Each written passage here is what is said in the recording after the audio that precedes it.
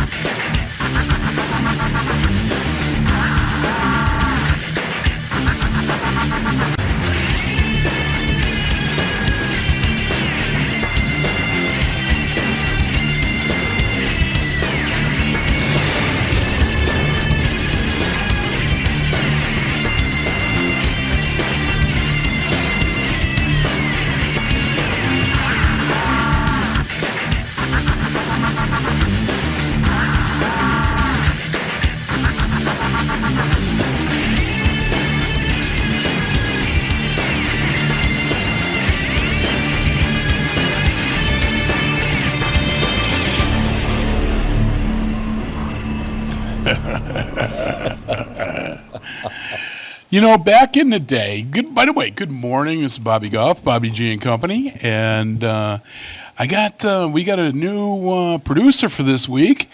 My good friend, Mr. Ken Stavsky. How you doing this morning there, Buttercup? A new producer? Yeah, because you're not the usual. You're not the usual. All right. That's why But new, not new to the station. You saying new insinuates that I've never done this before. Oh, no. Maybe it's guest. Maybe it's guest, like the old guest host. On Tonight Show. That to me is kind of watered down. like, and I'm thinking back now, and if I'm not mistaken, I think I was actually the producer for Rich's first appearance on this show. Were you? Yes, I believe so. Oh, okay. And he still came back. Yeah. That is amazing. Yeah, we're both here. Yeah, that's incredible. You guys are both yeah. here. Wow. All right. So, Pete is on vacation this week, and he's doing a bunch of day trips and that sort of thing. But today he's doing laundry. Is he? It's also a day trip down to the laundry room. Yeah. With 4 inches of rain coming, it's probably a good task to be doing. Yeah, definitely. Yeah, that's actually, I think, going to become a very good possibility for me tonight as well. I know tomorrow night we've got an evidence review, so I'm not going to be able to really play with it tomorrow night, maybe during the day. But I've got a boatload of darks I got to get into. And thanks for reminding me on that, Ken. Brighten my day. Yep. Sure. So, and my good friend Rick Bedford, where the hell did that come from? Yeah, I don't know. Rick Belford is with me again. Hey, this is my buddy Mike.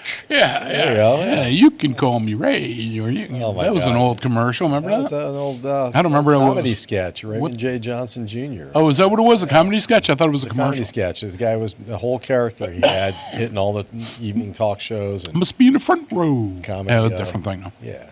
But that was different, but yep. Yep. So we are coming at you today, and this week, because it's Ken taking over the control panel, pushing our buttons, we are calling this show's theme, The Inmates Running the Asylum. And I can tell you this week, I say this every week, but I mean this week we have got some solid music coming at you. Ken went with a couple of ballads that I had not heard in a long time. Technically, I was in a yacht rock mood. Is that what that was? Okay. Yeah, as opposed to mine, right? Yours, I still have no idea what the hell I heard. Totally off. No, yours was not totally off. Yours was totally typical. For me, yeah. Yes. Yeah. But away from Ken. Yes. I wanted to do something really different, and I'm like, yacht rock. Yeah. That worked. It definitely worked. 2 great songs I hadn't heard in a very, very long time. So I got to add at least 4 songs to the playlist today. We also are introducing a new segment later on in the show, which is going to be kind of a tongue-in-cheek, just for fun thing. And it'll be a part of the 4-hour format. It won't be staying with us when we go back to 2 hours. But it's going to be fun. We're going to have a little bit of chuckles at that. And, all kinds of good stuff happening here. And even though, we are taping on Tuesday, and we just came through a downpour on our way in, we go to the Pride Station across from the Westfield shops, and it was like sunny and we walked in, and then woof, the wind picked up when you would open the door to go into the store. All the newspapers went flying. And then the bottom of the bucket came. And when we finally left, too, we hit that sweet spot, I guess you'd call it. Yeah. Well, it really wasn't. As you're exiting, the rain's not too bad. It's pouring, but it's not too bad. It let up. We make a run for it. Well, we go out, and you get all the drippage off you get the runoff from the, So we're hitting with the runoff, which is like... That got us, I think, more wet than rain. Oh, for sure. Yeah, it was. I got soaked on that one. So craziness. And then some people screaming at the drive-thru on the food run. Oh, that was funny as hell. It was funny. So we go from Pride, we go to the Westfield Burger King. And that was your first mistake. No, actually, I like it. Now that they let me put cheese on my cheeseburger, I like it. They've been taking care of them. All right. So we get in there, and we're on the inner track, and there's a maroon Honda on the outer track. And I have honestly no idea if the driver was male or female, but she sounded like a pirate, and she's yelling at the microphone. and it was, if you remember back in the day, there was a 90s cartoon called Thundar that had Ookla the Mock. That's what they sounded like, and you'll have to look that one up if you don't know. But it was just, Rick and I are like, both got the windows down a little bit, and it's like, where the hell is that coming from? And it was this person, man, woman, whatever. And so we get up to the first window, and they were in front of us, and we pay for the food. And I says to Rick, I said, I got to ask. So I asked the girl that's at the window there, I says, the driver of the car in front of me, I says, was that a guy or a woman? And she looked at me, and she just got, I have no idea. And now I'm dying laughing. I said, because they thought they were a pirate at the drive-through thing. And then she started cracking up. She's like, oh, my God, that was them? And I'm like, yeah. And we were just dying laughing all the way through Burger King. And Video or it didn't happen? Yeah, well, it wasn't worth a video spot, but it was funny as hell for us. You all have cameras. Yeah, but that's not something I'd waste my... you never know when something will go viral. That is true. Somebody else will put that on there. That is true. Yeah, that could have been the big that could have made it viral. Yeah. What do you want from Burger King? Ookla. Yeah, make a 60-second reel. Yeah, there you Yeah. So Get a couple 100,000 hits. Yeah. but that was our start to the day. So we're soggy in the Burger King line outside and drive-through and dealing with pirates. Soggy in the Burger King line. That sounds like the title of a song that needs to be written. That could be. That could be. Maybe an AI song. Mm-hmm. Right, there you go. Yeah, there you go. Yeah. Make her cute. All right. So with that in mind, let's get into 46 seconds of your life you're going to wish you had back. We didn't just do this? No, we missed no, that was something different. That was something totally different. That's another few moments you won't get back, yeah. So you got that one queued up there, Kenny? Is it this one? Yes. What? What? Your name is Hugh Morris. What? Hugh Morris. What? Is that funny? Is that humorous? What? What? What? What? What? What? Get out of here! Get out of here! What? What? What? What? It's my Italian voice. What? What? What? What? What? What? What? Cut that crap out. What? What? What? I hate that word. What? Yeah, we'll do that. We'll go someplace, Hope and I, whether it's to the pharmacy or any place stupid like that. And I'll go up and I'll look at the girl, because I always know him. And I'll say, hey, my best Italian voice, how you doing? And breaks ass, they always start laughing. But anyway, 46 seconds of your life that you're going to wish you had back, which already went by, so you already wish you had that back. And now we're going to get into what we're celebrating on National What Day. We got 7 of them, and I was an overachiever for these segments this week. I am just saying. 7 good ones. Well, it's decent. 7 decent. Good one. Eh. We need one. Okay. Yeah. Okay. And I'd be in trouble if I didn't agree with the last one. All right. So your first one, and this I don't know. I don't think you will partake. Today is National Cheesecake Day. Yeah. Hope just made a bakeless cheesecake the other night. My mom's old recipe for the summer.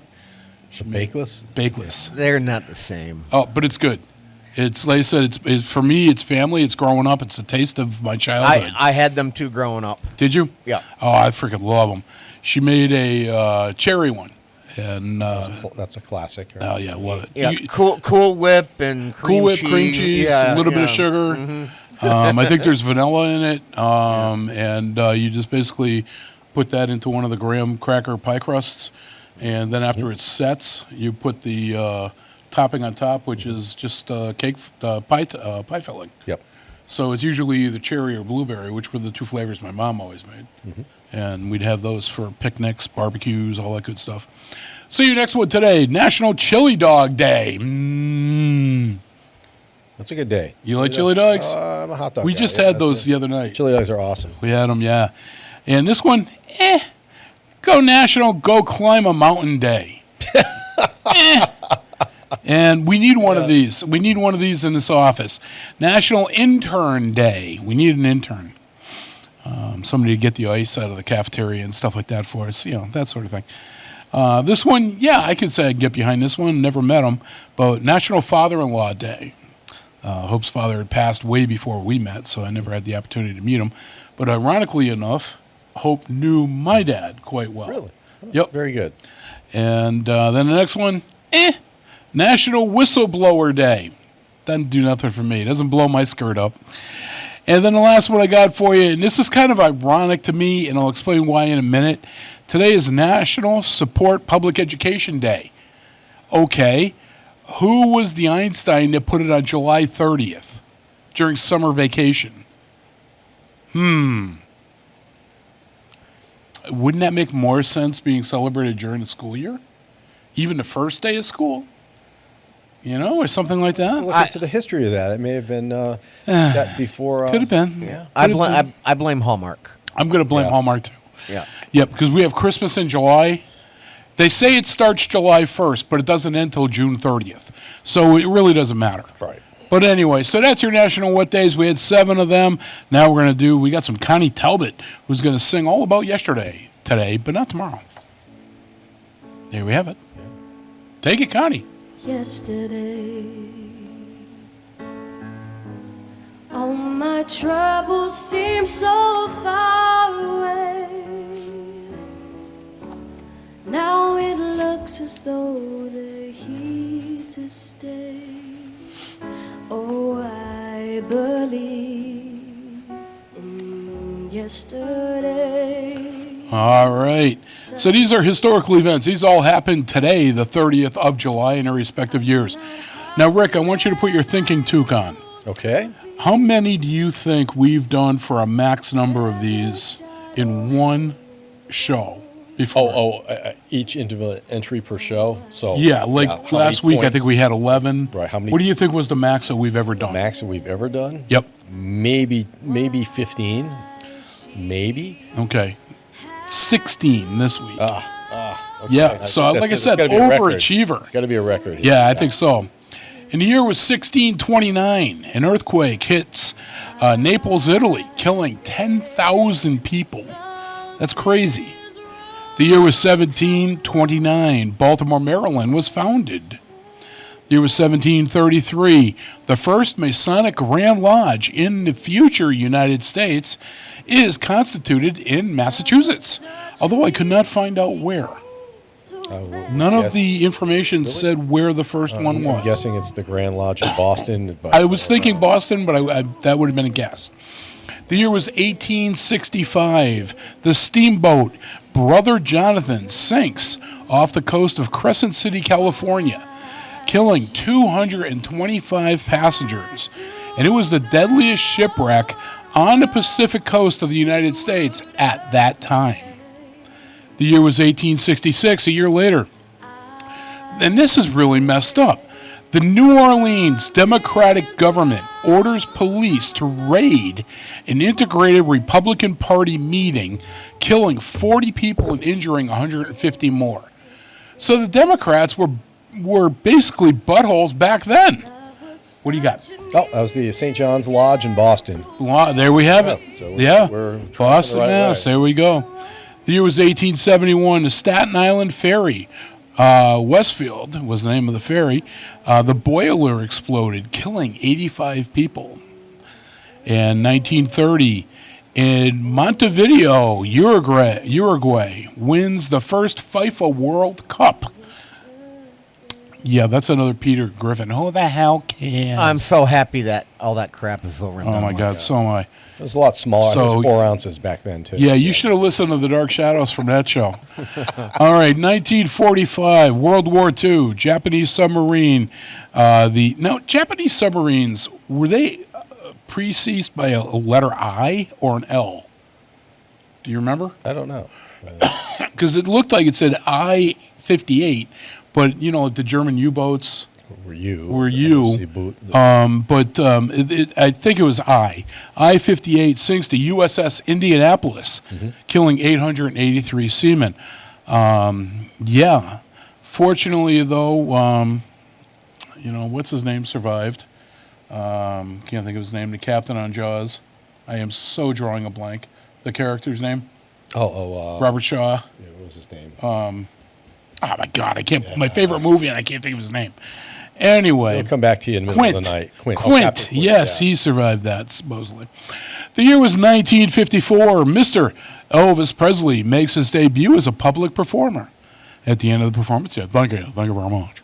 Elvis has left the building. The year was 1956. I could do Cartman too, Mm-hmm. A joint resolution of the U.S. Congress is signed by President Dwight D. Eisenhower, authorizing "In God We Trust" as the U.S. national motto.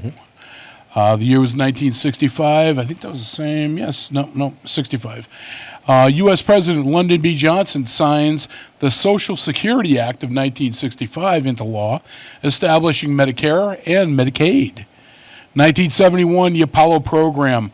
Apollo 15 mission. David Scott and James Irwin on the Apollo lunar lander module Falcon land on the moon with the first lunar rover. They left it there for future missions. Yeah.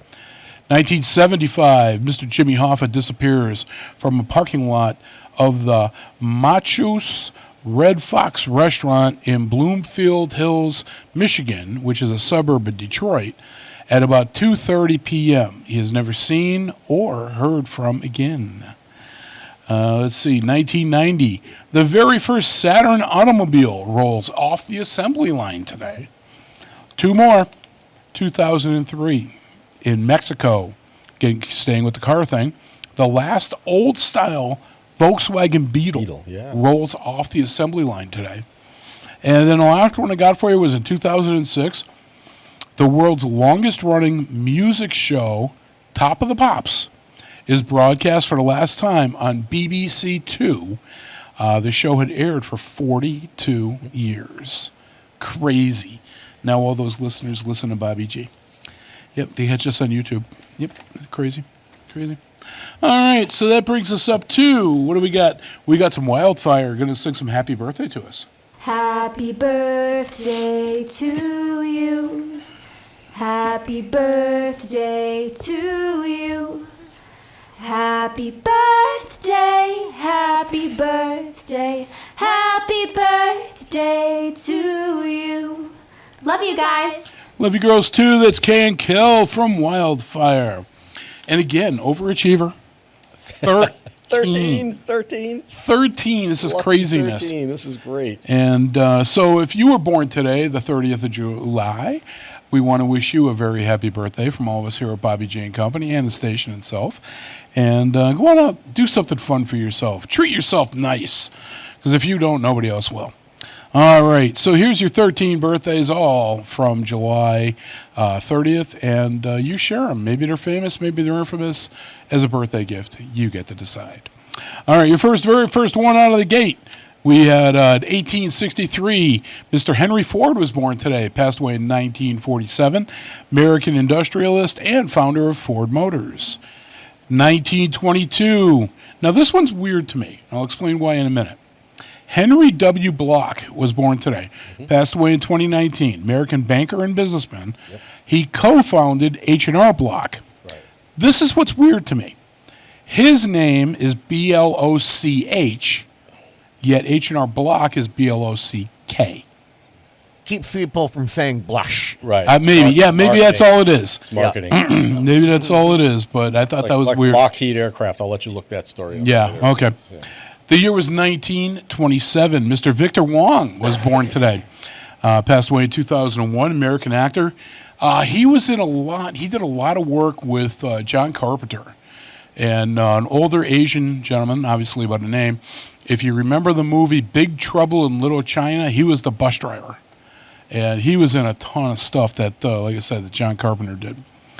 1929, here's a part of our childhood coming back to haunt us. Mr. Sid Croft was born today, passed away in 2026. Canadian-American puppeteer and producer. Remember him from H.R. Puffin stuff. Sid and Marty Croft. H.R. Puffin yeah, stuff. H.R. Puffin Lidsville. stuff. Sigmund and the Sea Monsters. That was my favorite. Yep. Yeah. 1941, Mr. Paul Anka was born, a Canadian singer, songwriter, and actor. He's still with us. Now, 1947, I'm going to give you the name. See if either one of you guys know the actor. William Atherton was born today. He's an American actor. Do you know what famous parts he played? William Atherton. 2 movies he's greatly known for. I know the name. Oh, my God.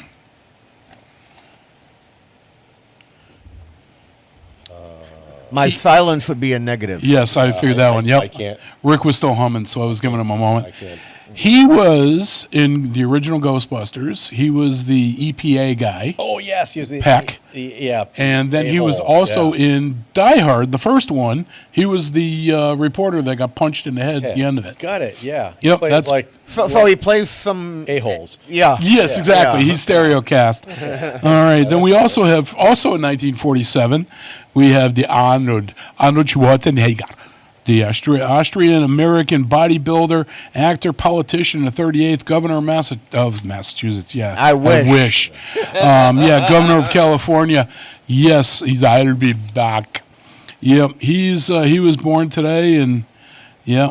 And then we got and this is another actor that I only know him dominantly from one role, although he was in a ton of stuff. 1948, Jean Reno was born today. He's a Moroccan actor. Do you remember the Godzilla movie with Matthew Broderick? No, I do not. Oh, my God. That was a great remake. You remember that one, Kenny? No, I don't. Oh, well, anyway, he was the French, basically the Foreign Legion spy guy. Mm-hmm. And that was what I knew him from. 1956, Miss Delta Burke was born today. American actress, singer, and producer. You remember her, Designing Women? Mm-hmm. Yeah. A bunch of other little stuff like that. Panty line. There you go. Yeah, yeah. Yep. 1961, Mr. Lawrence Fishburne was born today. American actor and producer. I find it amusing. He was in an Arnold movie, Red Heat. Yes. And in the credits of that, it's Larry Fishburne. And then right away he changed it to Lawrence, which I thought was a good career move for him. 1968, Mr. Terry Crews, the American football player and actor, was born today. Got 2 more for you. 1971, Mr. Tom Green, Canadian comedian, actor, and rapper, if you say so. He was born today. And then the last one I got for you, 1974, Miss Hilary Swank was born today, American actress and producer. And that's your celebrity births. So we got some Undertaker, and we're going to do some celebrity deaths. I got 3 there. That's overachieving there, too. Yeah, I think so.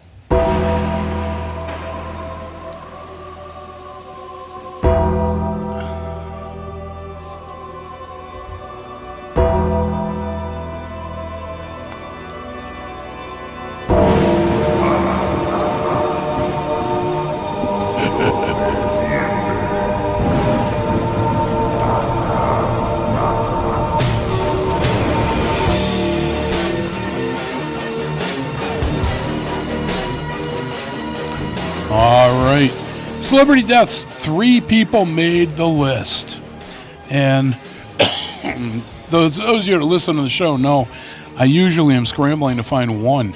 But 3 today made the list, and some are a little more famous than others, but they all did it. All 3 of these folks passed away today, the 30th of July.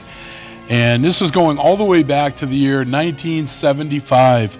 I dare say this was the guy that got me to become an avid reader. Okay.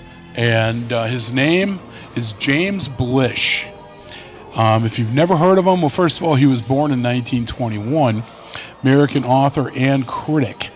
He was the one that was given the responsibility to novelize all of the original Star Trek episodes. Ah, okay. And what was interesting was that the scripts that he was given were the originals, not after the changes had been made. Mm-hmm. So when you read the books, the episodes are different.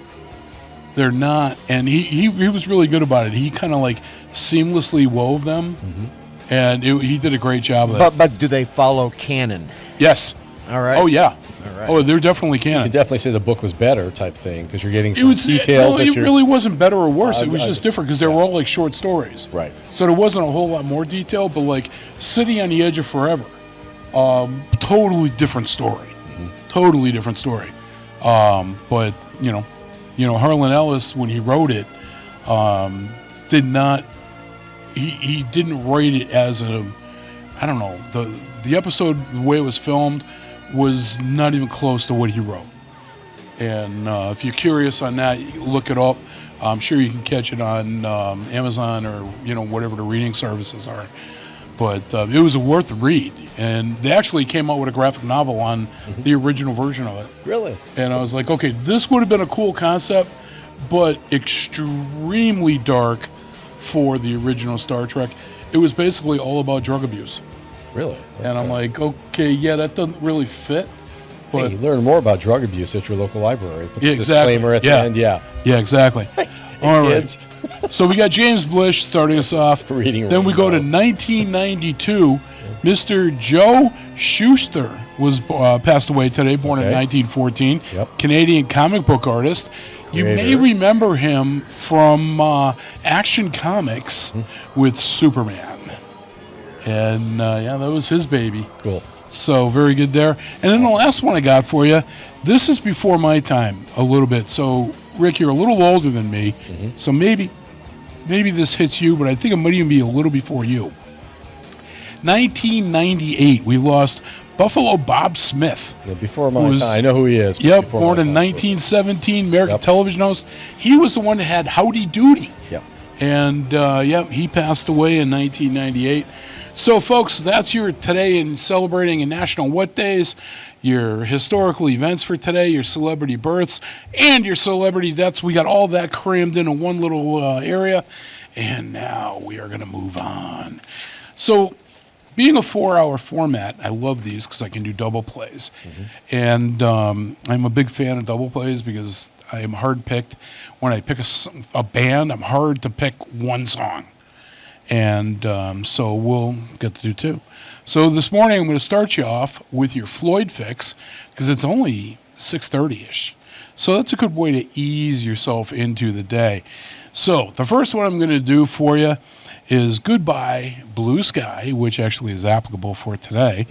And then I'm going to play Welcome to the Machine.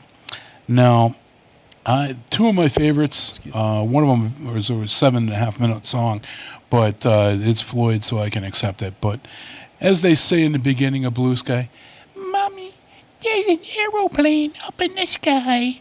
Bobby Jean Company, right back.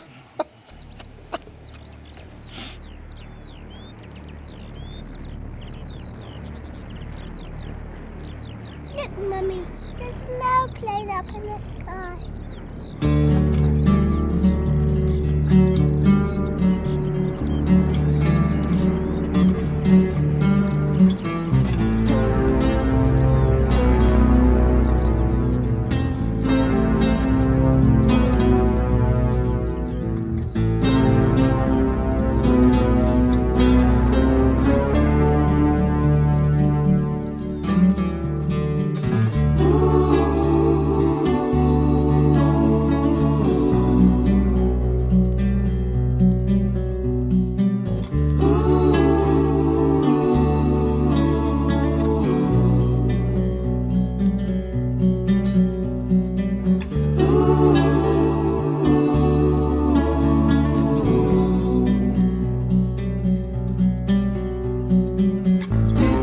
Did you see the frightened ones? Did you hear the falling bombs? Did you ever wonder why we had to run for shelter when the promise of a brave new world unfurled beneath the clear blue sky?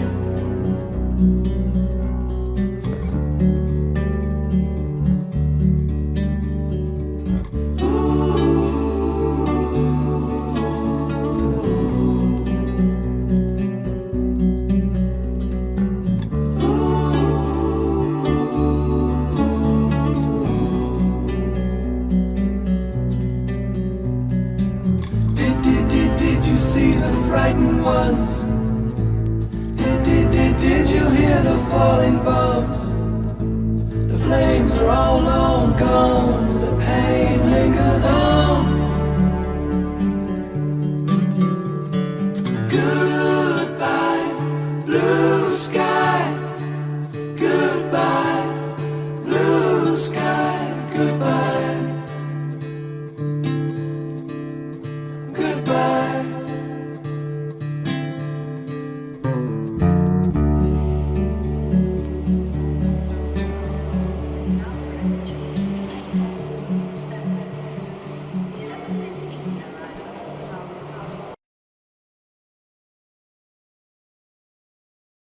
Support for the community programming provided by the Dunkin' Donut Shops of Westfield and the Sardinia family. It's nice to know that even as the world changes, Dunkin' Coffee remains the same at 7 convenient locations throughout Westfield.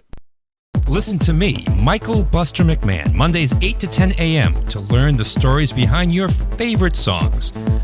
Or don't. I'm not the boss of you. Community Radio. 107.5 FM, WSFD.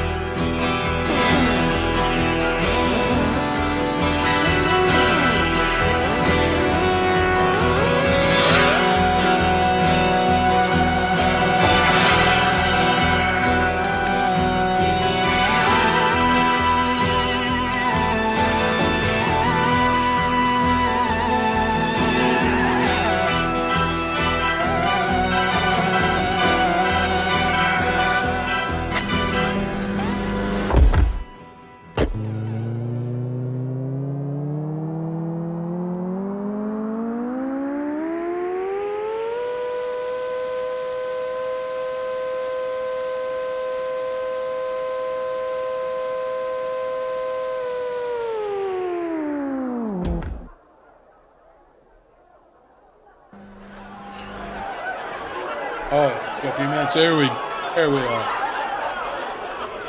Yep, the end of the song is like 25 seconds of audience applauding. So there you go. There's your Floyd fix to start off your day. The only bad part about starting off your day with a Floyd fix is it can only get worse.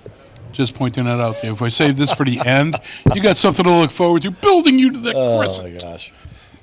But, yep. So, we were talking about off air about all kinds of things. We had an investigation this past Friday night, and we went to a place that we had gone to in 2014 twice, and extremely active. And I was so pumped on going back there, getting invited back in. And basement, main floor, so 2 areas, 2 levels. When we were there before, basement active, yes, no doubt. Main floor, oh yeah, that was very active. So we go in there Friday night, and I'm kind of expecting the same thing. Well, downstairs, the basement, super active now. The upstairs, not a peep. I was like, oh, man. And I had some elaborate experiments all set up that I was really hoping that was going to get us something, and I couldn't even get a mag light to light. So not as reliable as my place. No, yours is a one-off. Yeah. So, Kenny, you'll be happy to know I did, and I don't know why, but I did pick up a couple of new pieces of equipment that I'm hoping are going to show some serious promise. Mm-hmm. And we'll see what they bring for us. But, oh, man, we did have one thing that we did back when we were there in 2014. There's a male spirit in the basement that does not like anybody in his space. Mm-hmm. And he was very, very quick to use the equipment to tell us this. And so what do I do this time? Well, it was simple. I put basically an electronic blindfold on Adam with some noise-canceling headphones, and I parked his butt on a chair right in the middle of that area for 30 minutes. You're being a William Atherton, yeah. yeah, it is. Well, it's dominantly guys. Right. With my foot the way it is and my leg, I can't really do the stairs to get down to the basement safely. I mean, I could do it if I hobbled. And the only other guy we had with us was Fred. Fred's 70. Right. I don't want to put Fred in that situation. I don't know that he could sit still for 30 minutes. Yeah. Well, at least, Adam is so well-tempered. He's more than capable of doing that. I asked him, I said, well, how'd it go? He goes, that was boring as hell. Yeah. He said, I didn't get anything. He said, and I started asking questions. He said, I got nothing. But so he's got a digital voice recorder on the strap of the electronic blindfold. Mm-hmm. And so when we review that tomorrow night, still got my fingers crossed, hoping that he's going to get something on that. Even if nothing, happened.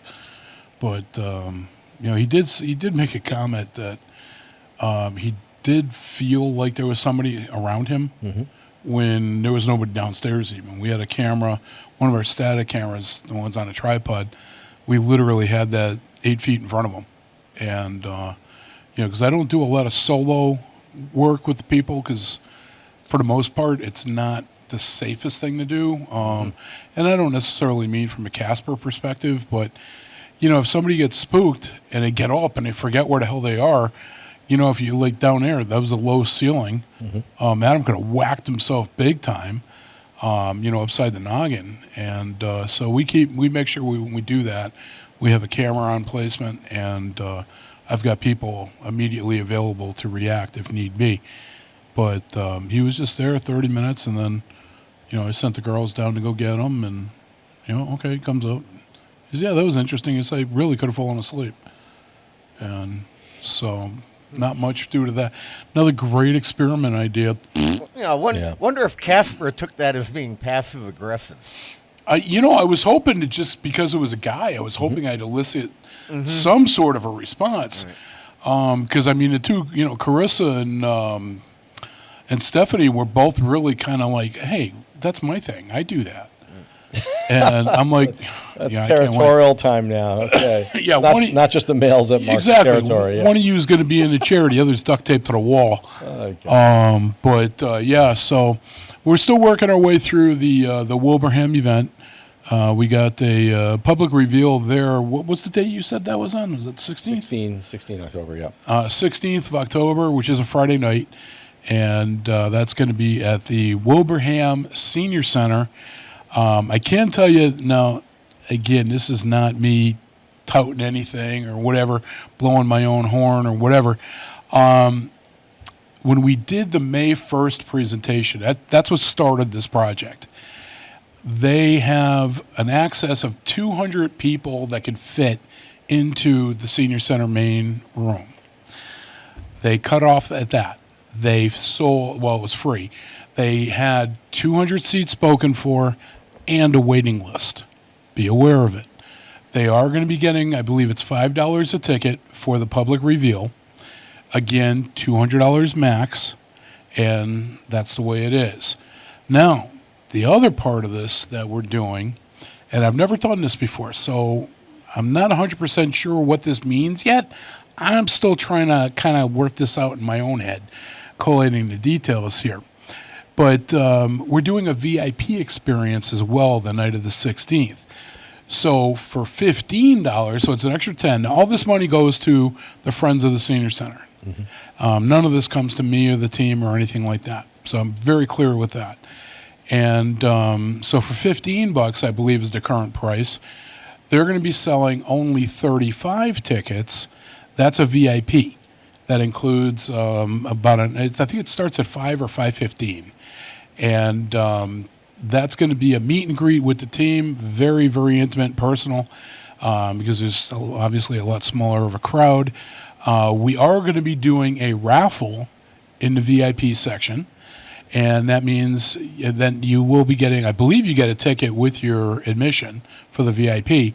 So you have a 1 in 35 chance of winning an investigator's spot for a place we're going to in November. So you got to wait 2 or 3 weeks, and boom, you're going right out with us. And then we're going to do at 6 o'clock, we're going to start the public reveal in the main room, or at least go in there and start meeting and greeting the masses. Probably starting that at 6:30. And we're also going to be auctioning off a second spot to the same location in November. Again, I want to stress this, 100% of all money goes to the organization. Bobby G get nothing. Bobby G don't want nothing. This is our way of giving back to the communities. And this is my first time working with the town of Wilbraham, and former retired fire chief David Boussier has been incredible. He's a published author. He's got several books about the town of Wilbraham. Matter of fact, I was just with him Friday night. He was there for the investigation, and I ended up buying a copy of each of his books. And because Hope loves to read that stuff. Mm-hmm. So they'll be selling them there. He'll autograph them for you, all that good stuff. And it's all, it's for charity. And even the books, the proceeds for the books goes to the organization, not to David. David makes absolutely nothing on the books. He's just covering his expenses, mm-hmm. and then the balance goes to the Friends of the Wilbraham Senior Center. So this is going to be an interesting evening for us because I've never done a VIP anywhere. Because, as I've said many times, I don't see myself in that light. And Rick could tell you, I just see myself as a schmuck with a hobby. Mm-hmm. A very cool hobby, but still a hobby. And even Kenny could tell you that because I've been in his house. They both have seen the way that things are run, the way that things go. I like organization, and I like smooth by the numbers, but sometimes you have to adapt on the fly, and that's just the way it is. That's called life. Right. But I'm really excited about this Wilbraham presentation that we've got planned, and so I got to start putting these on the website because the speaking engagements are already being booked for the fall, and I know Agawam jumped all over it, and they've got a date. I think they might even have 2, and So I know there are libraries that are looking to book us, and we'll have some fun with this. And this is our 19th year. I don't know. 20 is my goal. Has been for the last couple of years, and I don't know what's going to happen after that. That's God's honest truth. I don't think we'll continue to this level, but maybe we will. Who knows? I mean, I've got 30 people on the roster. It's going to be fun to find out. Yeah, exactly. Who knows what tomorrow will bring? Only the shadow knows. But anyway, so that's that. And so why don't we wake you guys up now that I've droned on and put you back to sleep after Pink Floyd. They woke up, started falling asleep. And now we're going to wake them up again with some Frankie Sinatra, with some coffee music.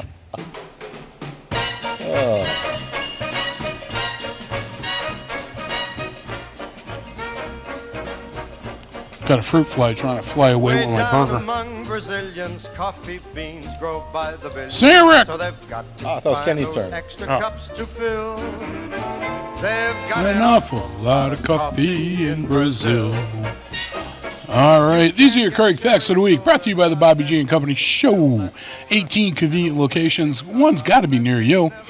And with that in mind, these are simply 3 random facts, little bits of trivia that Mr. Peter Coles jots down every week faithfully and religiously, and he's writing his own little novel expose so that he can take these to pub trivia night. Kenny, you should do that. Pass. No? Oh, man, that'd be fun. All right. So here we go, your Current Facts of the Week. Number 1.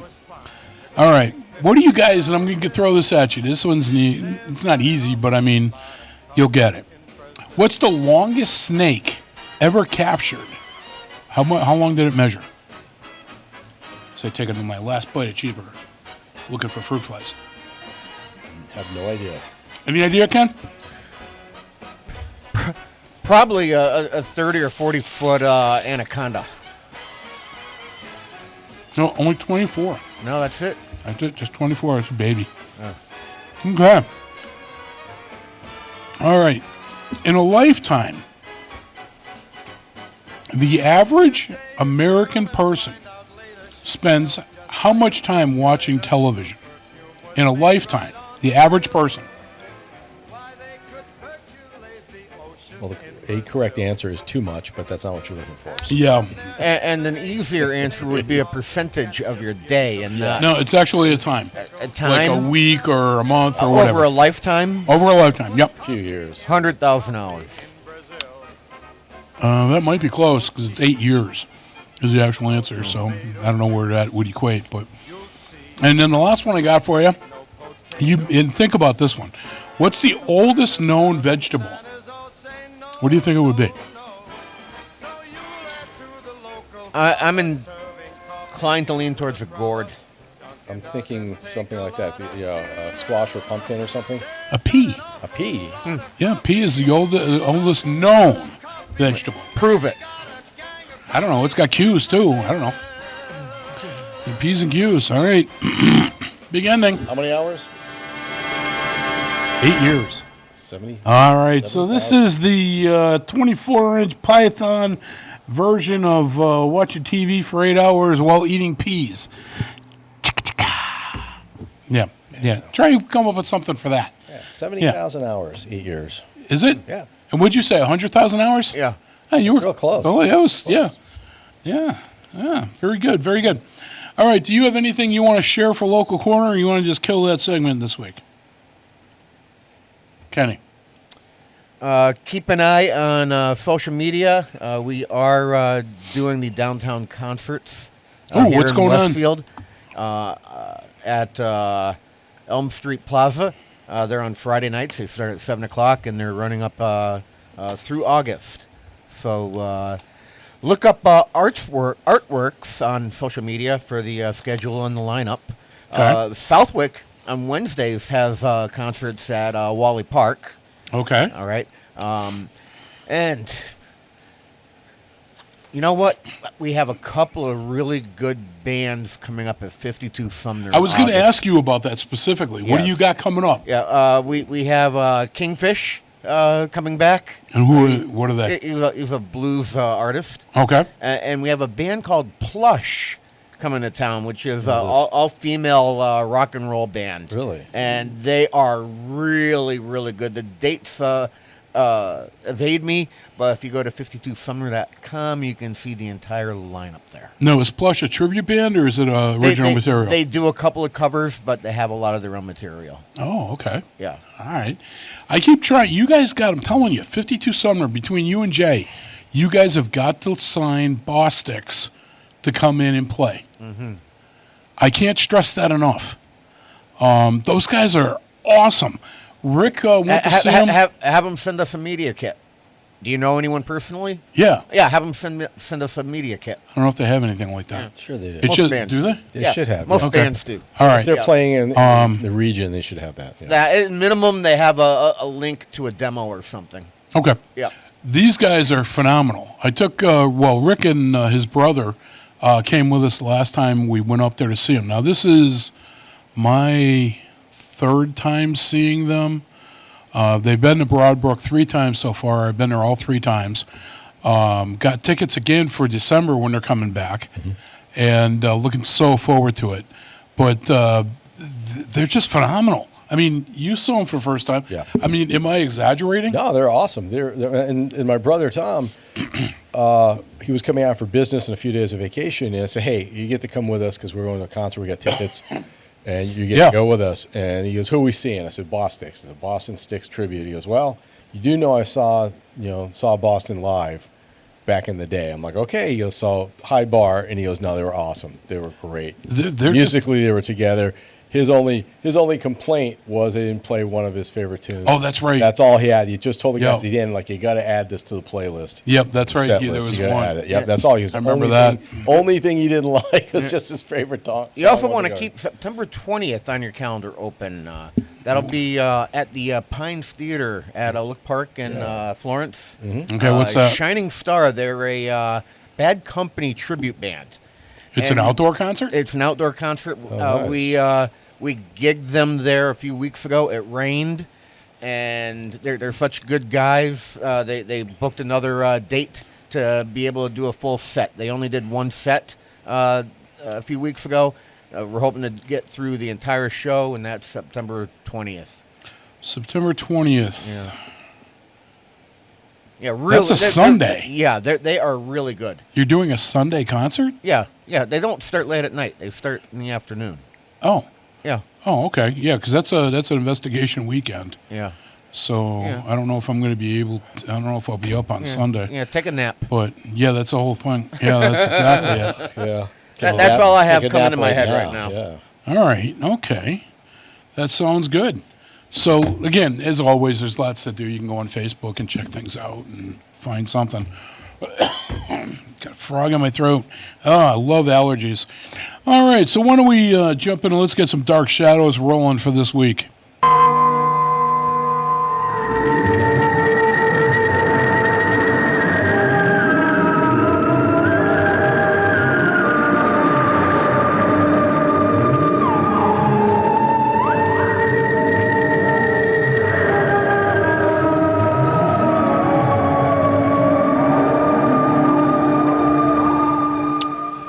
Yeah, it's that time, folks. This is Dark Shadows. It's my editorial piece. It can be a political, paranormal, B&T. It can be something I saw on TV that just frosted my cookies. Sometimes it's a few of those combined into one, such as today. Yes. All right, so listen, on this week's edition of Dark Shadows, I was going to take it easy on Kenny, but then I turned on the television and saw a political commercial that instantly decided otherwise for today. So Kenny better hit me up with my handy-dandy personal disclaimer. While this will be a relatively short segment, I know some left wingnut will probably get butthurt. The views expressed by Bobby Goff do not reflect the views of WSFD-FM Westfield or Westfield Community Programming. It does not reflect the views of Channel 15 in general, and mostly anyone walking the earth. Pretty sure this damn fruit fly is. Oh my God, that is nasty. And now. All right. All right. Wow, Kenny, it's almost like Pete has that taped up on a wall inside of the production booth. I've heard it over and over for years. I think it's taped inside the manual. Yeah.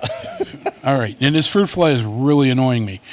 So picture it. Bobby G is at home getting ready to watch some mindless television show or another, and up pops Ed Markey's grizzled face on the screen, saying that he is not. Oh my God! Can you kill that fan so it's not oscillating? You just have it aiming at us. Thank you. That little fruit fly is gonna drive me nuts.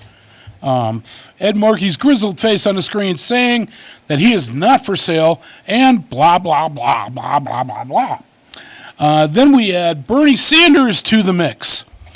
Now, no, leave it on. Just don't oscillate it. Just keep it aiming at us. Yep. So this commercial is now very amusing, especially since some clown somewhere in Markey's staff actually believes that anyone even remotely believes a word that this clown Bernie utters anymore. So this also goes to show just how out of touch Markey really is with the world around him. Thank you, Rick. But wait, it gets even better. Let's add Liz Warren to the mix here. You remember Liz. She was the one that thought that she was a Native American just for personal gain. Now she adds her voice to the commercial, supporting another term for Markey. But wait, there's one more player added to the list of buffoons here. The Queen. Let's add Ayanna or whatever it is, Ayanna Presley, to the mix. Of all these people, I really don't know much at all about Presley, except that she is a representative from northeastern parts of Massachusetts and is a Democrat like the others.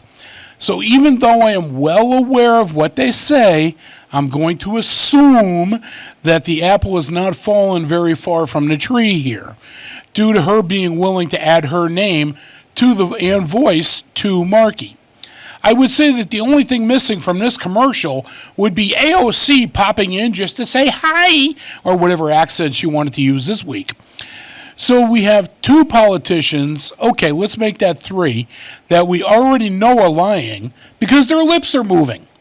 And they added a Boston area lady, giving the benefit of the doubt in a big way here, in an effort to possibly add some confusion about her stance on issues, or perhaps to show minority support from within the political party. And poof, we have a joke that illustrates just why we desperately need term limits for these career politicians. This state needs new leadership and not more of the same old thing politics. Markey is just one example of someone that needs to ride off into the sunset and go retire somewhere. I would say that he has earned that, at least. His time is past, and here's your gold watch. Bye-bye now. Other than Liz Warren, Maura Healey also needs to go.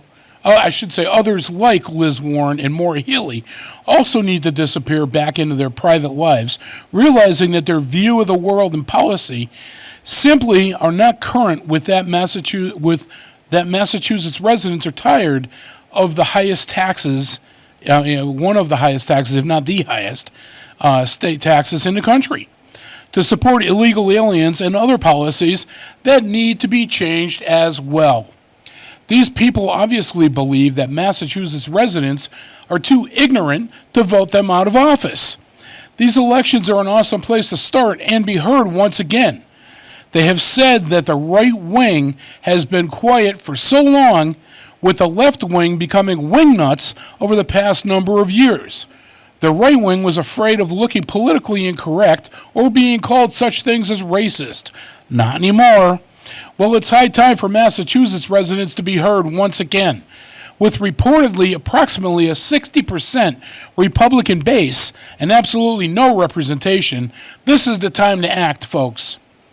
Well, that's my not caring if it's politically correct version of Dark Shadows for this week. Now, as always, I remind you to help control the population and take your left wingnut liberal extremists and get them spayed or neutered. And there's the mic drop on that one. All that came from a 30-second commercial. And all you need to know about Presley is that her husband is part of a firm that's involved with a $2 billion sweetheart deal with the new Springfield courthouse. Oh, he's part of Dewey, Screw 'em, and How? Pretty much. Oh, got it. Yep. Aren't they all? Got it. Yeah. Oh. But, yeah, I have no knowledge of her whatsoever, but as soon as I saw a Boston area Democrat, I think of, what's it, Wu? Is that her name? Whatever? Wu is the Boston mayor. Yeah, I think of her. Yeah. And she's just a nut. That chick's a nut job. But then again, you look at her, her co-politicians, and they all fit that bill. Yeah, they're so much better with Mumbles Menino way back when. Yeah. Yeah. Yeah. Yep. So anyway, there you go, folks. There you have it. Oh, man. Yeah, I got myself all excited with that one. Deep breath. Deep breath. Yep. I actually got tongue-tied in part of it. But, hey, it is what it is. You know, the fact that I get excited about these and like that shows you I care. And that, Or that you don't know how to use the remote to change a channel. Well, that too. Well, no. And it was see funny something because I don't like. I just move on. I'm wasting oh, my God. I went off on that commercial. And Hope just let me say, Rob, why are you? It's a TV. Stop. What are you yelling at a TV for? And I'm like, yeah, it was more than yelling. There was some serious profanity. Throwing stuff at the TV. Reminds me of Rodney Dangerfield in Back to School. Yeah. You're a real spirited person, and you really care about what I don't have no idea. Yeah. There you have it. Oh yeah, No, but I mean, Sam Kinison. Say it. I mean, he's a good teacher. He cares a lot about what I have no idea. I don't know. Still a very serious issue, and something's got to be done. We can't afford. Massachusetts is going to become the next New York City, and I think it already has to a large degree.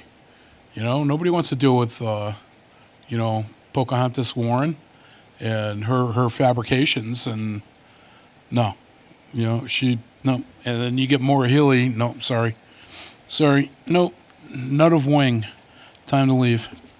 But anyway, that's that. So why don't we jump into something a little higher, a little more positive in the scope of things. We got some Henry Mancini with some Baby Elephant Walk. Let's do some Bobby's Thinking Outside of the Box. And then after that, we got two songs coming at you that nobody's ever heard before.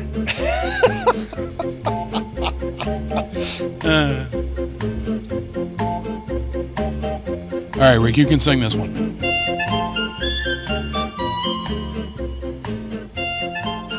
Hey, this reminds me that Big E is just around the corner, folks. Woohoo! 19 days of tourists, or however many long it is. Feels like it's 6 months. But still go. That reminds me, I need to submit for my media access. Mm-hmm. You doing it through Southwick, or are you going to go do it through Pete? Last couple of years I've been doing it through Southwick. Have you? Yeah. Oh, get me one. All right.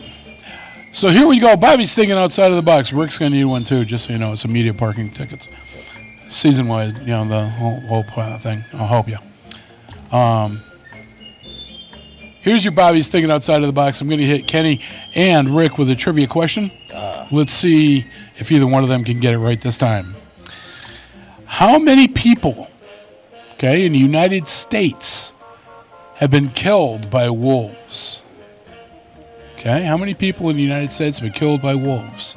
0. Well, let me give you the choices. You got A, which is none. B, 1 to 25. C, 26 to 50. Or D, 51 to 100. You still sticking with none? Affirmative. What do you think, Rick? B. You going 1? 1 to 25? 25, yeah. All right. You know what? It's a different face in that booth, but we still have the same story. One of us is right. One of you is correct. Do either one of you want to change your answer? No, I'll ride mine out. Negative. No? Oh, Kenny, you should have changed. B is the answer, 1 to 25. Well, it did not give me the actual count. Wolves eat a variety of animals, small ones such as mice and squirrels, as well as large ones such as elk and deer. They don't kill and eat people. In fact, the wolf is a large version of man's best friend.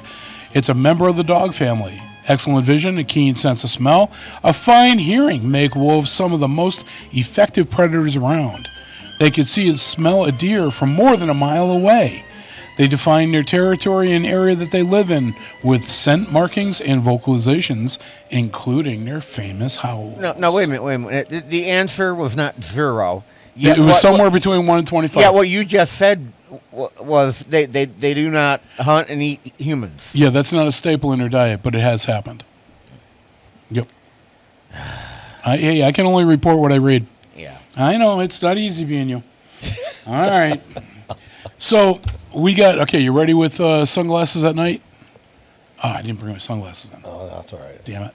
You don't need them today. Did you find, it's a little snippet. I've got, now the link you sent me? No. I'm just hoping that it's the right thing. This is, Pete already has this. This is not one I sent you. Oh. This is one of Pete's. Oh, okay. It's a little 15-second, I believe, snippet. I have to work with Kenny. He's new to this stuff, though. Which button? Well, yeah. And that's exactly it. Yeah, 15 seconds. Yep. Yeah, 15 seconds. That's the one you want to play now. Yeah, I'm just thrown off from the title of it. Gotcha. Yeah, do you remember blah, blah, blah is the title? If you say so. That's the one. All right. This is Rick's theme for Rick's Pick, the co-host choice. And he does. He wears the sunglasses at night. I've been out with this guy. He is crazy. Watch this. I'm telling left-hand turn. Wait, there's no road there. Yeah. That's it. Well, if you're as cool as Rick, the sun shines on you 24 hours a day. I know it. He went to a bar a couple of months ago and he had this girl with only one tooth pick him up. He's been dating her for 3 months now. It's craziness. See, I told you that worked. That was joke would come in handy. Oh, my God. All right. So, my brother Rick, what did you go with this week? I was kind of in a rowdy, upbeat mood, as you can tell when you previewed these. So yeah. My God. So I kind of harkened back to harken back to my early days in college radio. I was a big fan of new wave and alternative. Okay. Still am, and I love everything from yacht rock, as Kenny mentioned. I like all kinds of music, but I was kind of in this rowdy mood. I'm like, hey, here's a song from roughly 20 years ago. The White Stripes, Fell in Love with a Girl. First tune I remember hearing by them. Okay. And the second song is by Offspring, which I first heard them in the 90s, mid-90s. All right. And they popped on the scene, at least my musical scene, around that time frame. And it's their song is Make It All Right, which is a cut from about 2 years ago. Now, I have played both of these bands before on the air, but neither one of these songs. Oh. So you added to my playlist. There you go. That's my goal. So, there you go. So we got the co-host choice. We got some White Stripes and some Offspring going to be played for you. Come back in just a few minutes. We'll see you then.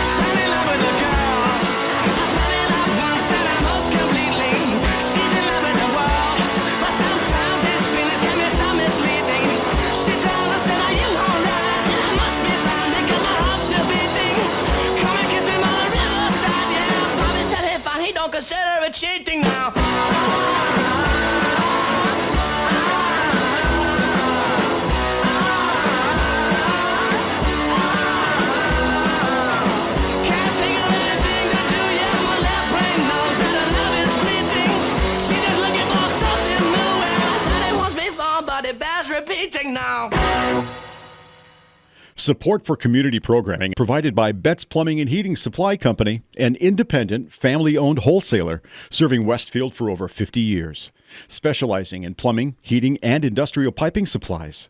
Visit betsplumbing.com or 14 Coleman Avenue, Westfield. Public welcome. Hi, it's Bob Plass, and I have Wow, It's Tuesday, every Tuesday, 6 to 8. Wow, it's Tuesday. Community Radio. 107.5 FM, WSFD. I did it!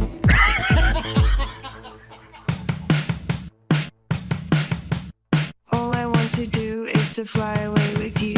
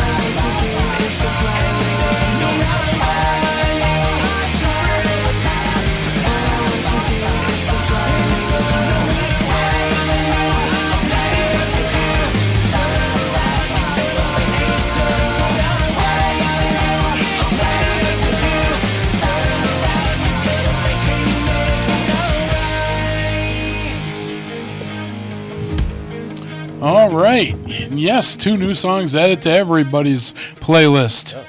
There you go. Nice stuff there. Keep you awake. Get you up dancing. Oh, yeah. Lively, Good beat. Lively beat. Both of them. Good beats. Yeah, definitely that. So well worth a listen. All right, folks. Moving right along. Now we have...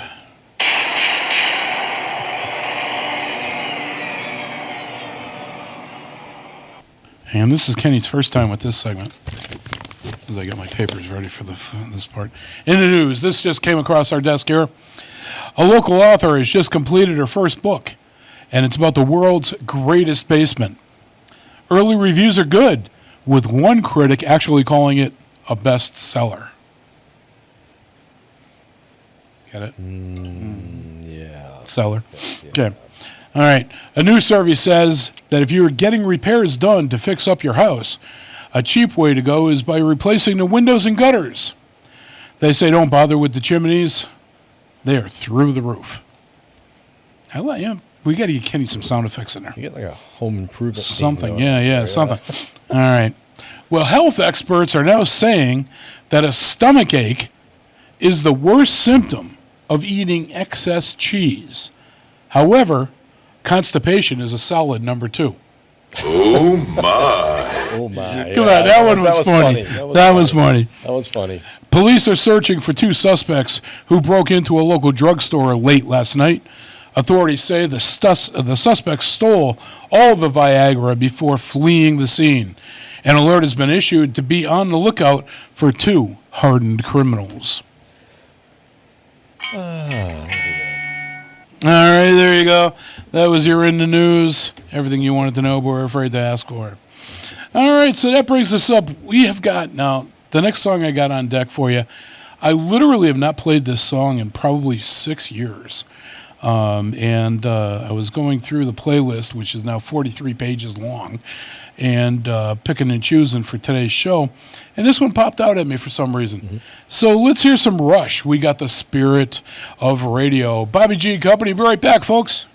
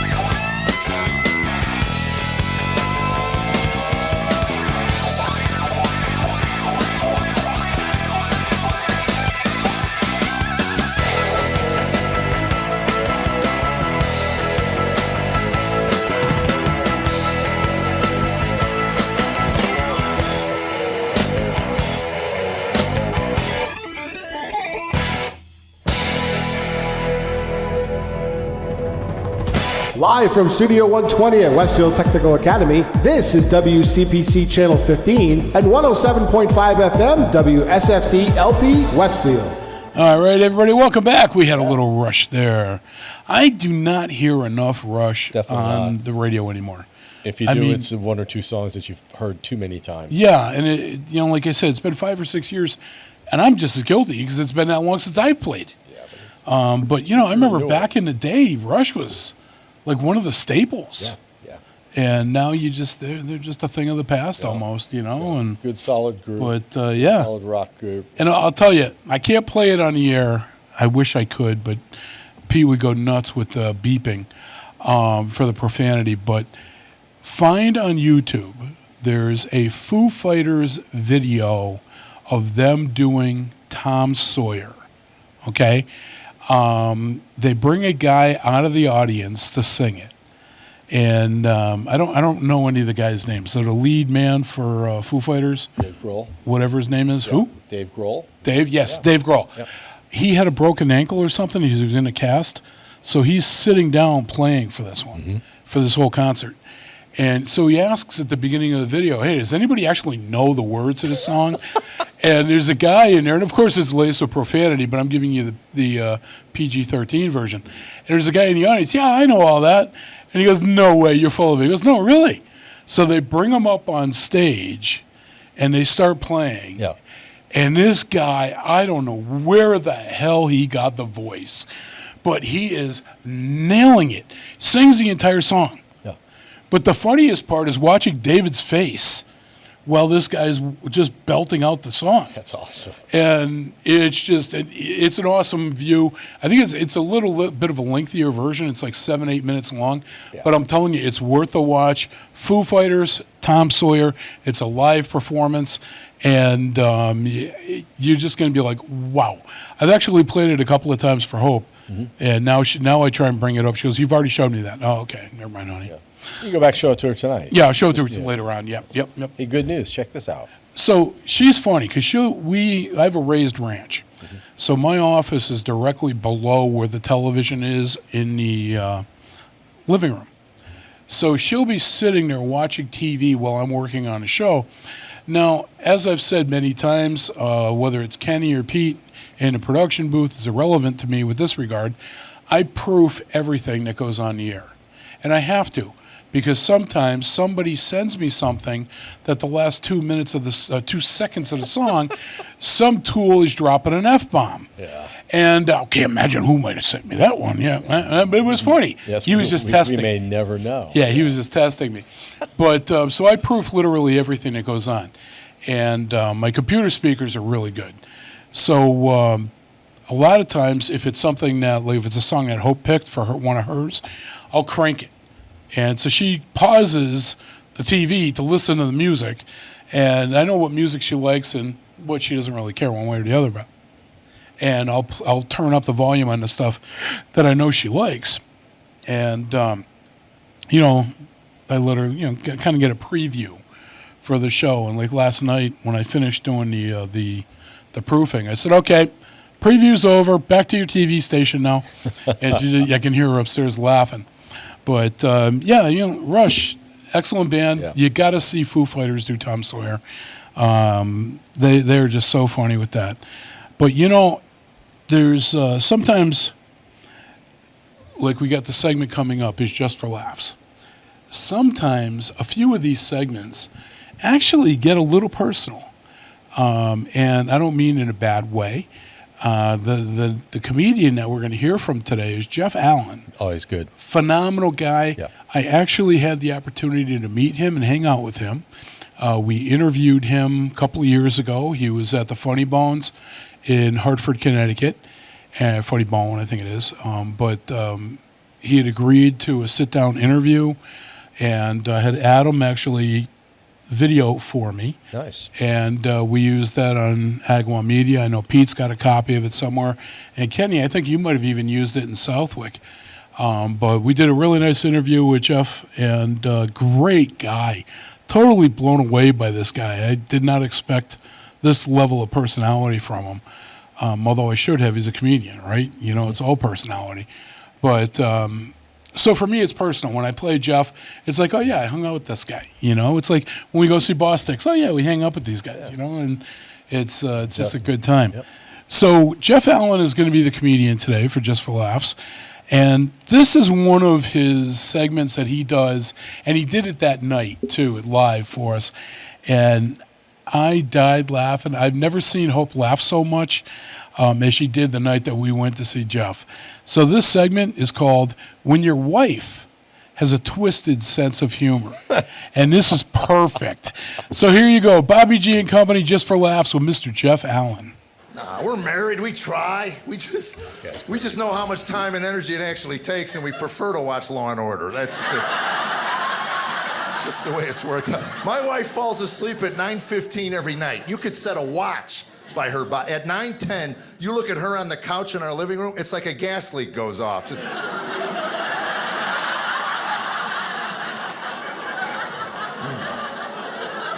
Sweetheart, maybe you should go to bed. Oh, I'm fine. What are you, a 5-year-old? Quit fighting it, just go to bed. Will you be quiet? This is my favorite show. Poor woman's seen the beginning of every Law and Order for 5 seasons. And now they come out in rerun and she's yelling at me. I've seen this one. Well, give it 20 minutes.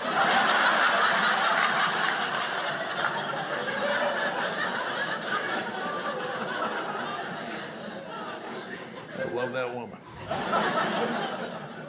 People ask, too. They ask me, is your wife aware of the way you talk about her? No, so don't be Facebooking her.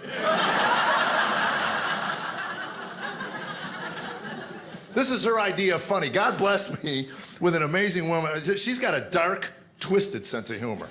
I mean it. This is her idea of funny. I'm in my chair at home. Every man, you have a chair, don't you, sir? Darn right you have a chair. You're a man. That's your throne. If you ever went missing, they give a cushion in that chair to a bloodhound, wouldn't they? Find that smell. And then they'd revive the dog and send him on his way, of course.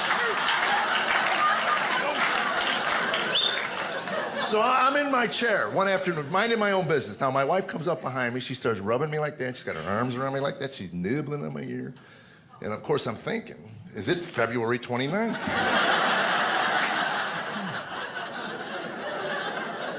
It was a nice moment between a man and wife. We were married 20-plus years at that point, and it's a nice moment. In like a few minutes, just really nice and tender. And then at one point, she kisses the top of my head, and she hugs me. She said, I love you, Jeffrey. I said, I love you too, baby. And she walks away.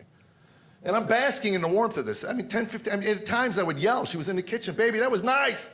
Thank you.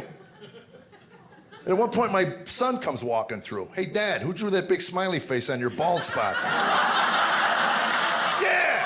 What I thought was fingernails was a Sharpie. She was back there scratching artwork on my dome. So don't you feel sorry for her. She's sick and she's twisted.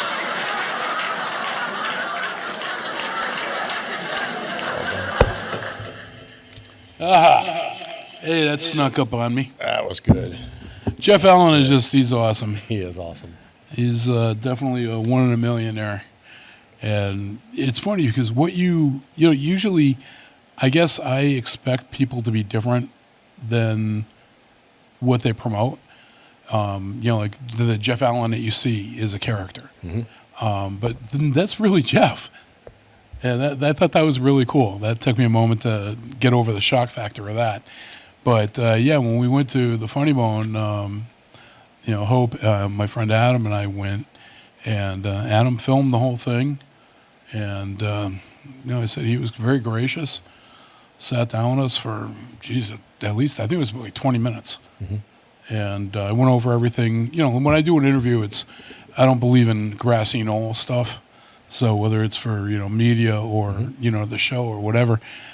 So I usually, like in this case with him, I actually had written out a list of questions that I was going to talk to him about. And before we just sat down, before we even started filming, I showed him, is there anything on this you don't want me to touch? And he goes, no, that's really good. And he goes, I said, is there anything you want me to add? He said, yeah, I'm just coming out with a book. Okay, and I wrote it down. And matter of fact, I did buy the book. I haven't read it, but I bought it. And so I was, no problem. So we went through the entire interview, and He was just ecstatic. And he couldn't thank me enough. And I'm like, you kidding me? Thank you. Yeah. I'm like, I'm just a schmuck with a hobby here. And well, so next time he comes around and we get to go down there get another interview, and he'll be scrolling through YouTube to see refresh his memory. He'll say that SOB, he bought the book but didn't read it. Exactly. Hey, I'm going to give it back to him. Because I watch his show now. Yeah, not anymore. That become a routine. That's it. But that was good. He's a good comedian. I do have to reach out to him because I really want to bring him on board as far as a show writer, because I'd love to get some fresh material for Tiger Talk. I mean, there's only so many times I can beat the dead horse with the same jokes. And I know so many talent like Jeff, I'd be able to get in there and really, but yeah. Hey, we still got another month. Maybe longer. Who knows? Yeah. I keep telling Pete, hey, listen, you got this whole station thing, 24 hours a day. There's got to be people on Tiger that would love to watch Tiger Talk at 3 a.m. That's when you need to put them on. There's got to be more people up then. Yeah, so we'll see.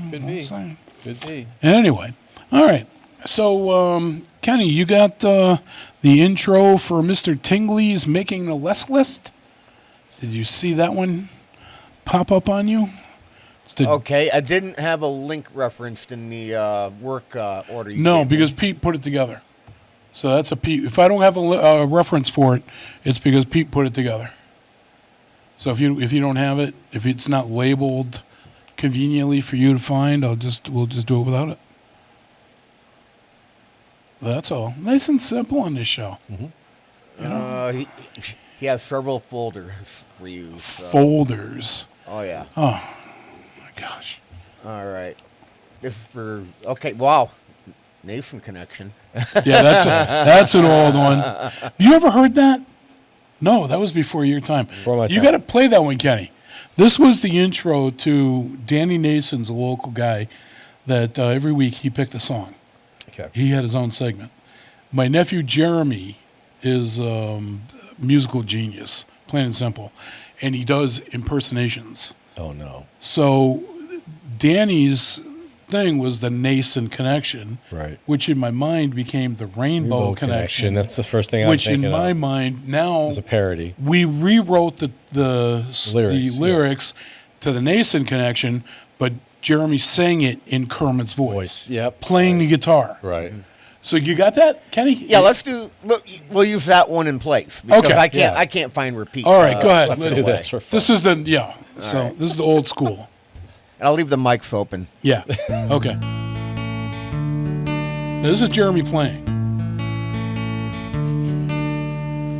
Why are there so many songs by Dan Nason? And who is this special guy? This is awesome.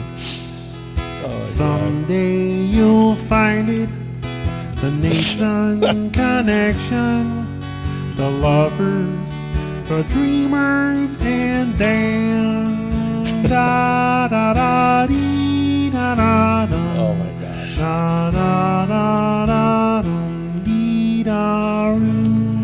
Oh, that was the theme for the Nason Connection for probably 18 months. We did that segment. You gotta love that. We had a guy at Holyoke Community, the radio station, who similar type thing did some kind of little parody song, and it was ragging on Neil Diamond, Neil Young. Oh, okay. And so he's doing the Neil Young thing. Like, that is too funny, because it would play a little snippet, and then we'd go into a real Neil Young song. That was great. That's awesome. A little behind the scenes here. Yeah. So bear with us, folks. You might get a chuckle out of this. Adam, again. It's always Adam. We were at the Westfield Women's Club. Yep. And no, it wasn't Adam. It was Lynn. Lynn was getting very frustrated with the way that the evening, there were a lot of little snafus, technical problems. And those do happen, and, we usually plow right through them. But sometimes there's so many of them. It's like trying to find a snowflake in a snowstorm or in a blizzard. And so everybody is a little tense. Yep. I'm in command center, and I grab the mic, my radio, and I start singing the Rainbow Connection in Kermit's voice. Oh, no. and everybody in the building is freaking dying laughing. And it was funny because Lynn has heard me do that before this, and some of the newer people, where the hell is that coming from? And she's laughing. She goes, "That's Rob." And sure enough, then they start laughing. And it was so funny. And then now it became, "Do you need a Snickers?" Yes. But originally it was Current Kermit catchphrase. singing the Rainbow Connection. You always bring that back too. Just change it up and. Oh God! Just like when we were at the rowing club in Springfield, we got Command Center Kenny outside in a gazebo, right on the river. Okay, I'm literally 50 feet from the river, and we got a family of ducks. And the ducks are going up and down the river, and they're making noise.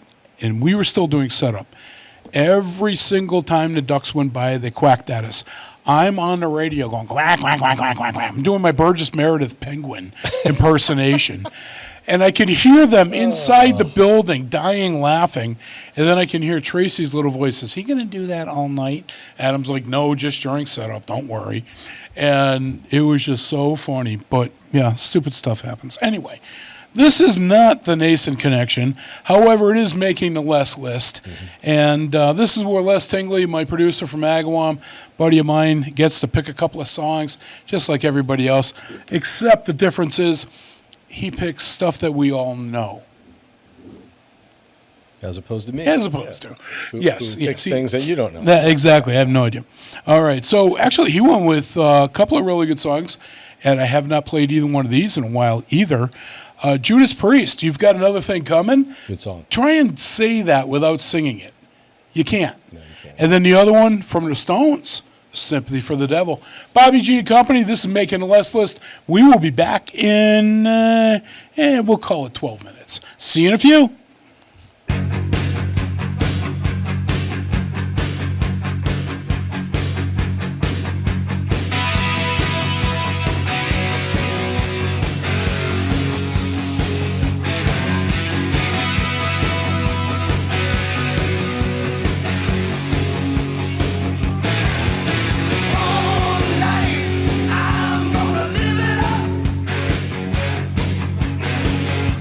I'm taking flight.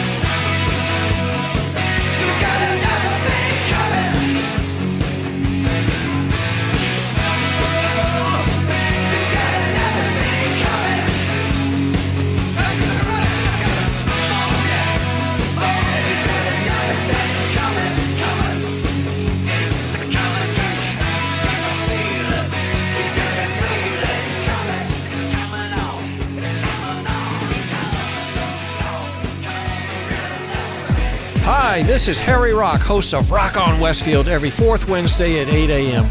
Tune in for my view of this place I call home. Community Radio. 107.5 FM WSFD. Underwriting for the community programming is provided by the Boys and Girls Club of Greater Westfield, serving the youth of the Whip City and surrounding communities since 1969.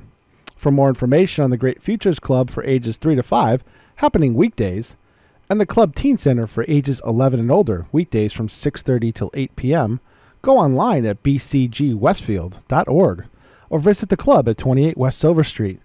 The Boys and Girls Club of Greater Westfield. Great futures start here. Live from Studio 120 at Westfield Technical Academy, this is WCPC Channel 15 and 107.5 FM WSFD-LP Westfield.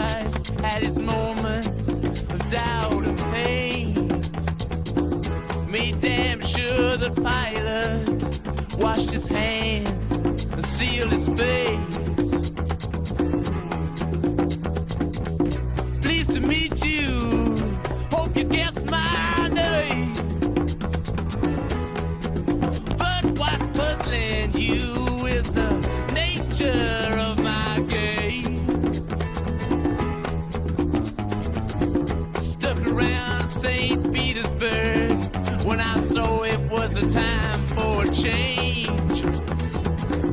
Killed the Tsar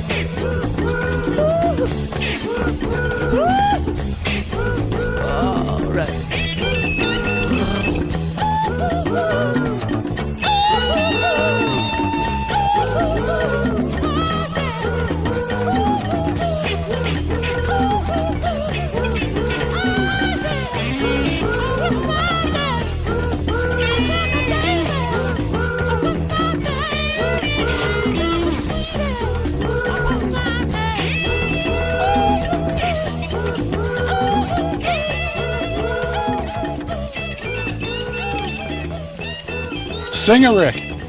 No. Come on, you know the words. Nope. Just pretend it's 2:30 in the morning at college. Oh, no. Forget that. No? No, bad memories. Yeah. Bad memories. Tequila. Never eat the worm. Oh, my God. That'll do it to you. Yep. You know, I got to admit, there was a time, actually most of my life, did you get him? Nope, sorry. I was doing I something was else. hoping that you I'm got just him. annoyed at something else right now. I'm sorry. I'm distracted. I was not a big fan of the Stones. I thought that they were extremely overplayed on the airwaves, and there was no room for any new stuff on the radio, and new stuff today, classic, reinvented Aerosmith, stuff like that. But not a big fan of the Stones back in the day. But one band I did always like, and I don't know, Rick, if you're in the same boat as me on this one. But we got a double play coming. I'm going to hit you with right now so we can stay on track here. Okay. And this one's by the Scorpions. Oh, good. And I always was a big fan of the Scorpions. Never saw them, not even a tribute band. Wouldn't mind seeing a tribute band, I want to be honest with you. So the first one we're going to play for you is going to get your butt moving. It's called Rock You Like a Hurricane. And then the second one I'm going to play for you is actually one of Hope's favorite songs of all time. And apparently, I know I do this all the time now, but apparently back in the day when we were just dating, I used to sing this song in the car all the time. And she loved it. And this one, the second song, is going to be Wind of Change. Mm-hmm. And that is my favorite song from the Scorpions. I guarantee you that. So that's your double play coming at you, the Scorpions. This is Bobby Goff, Bobby G and Company. We're going to be right back in just a few minutes. We'll talk to you then.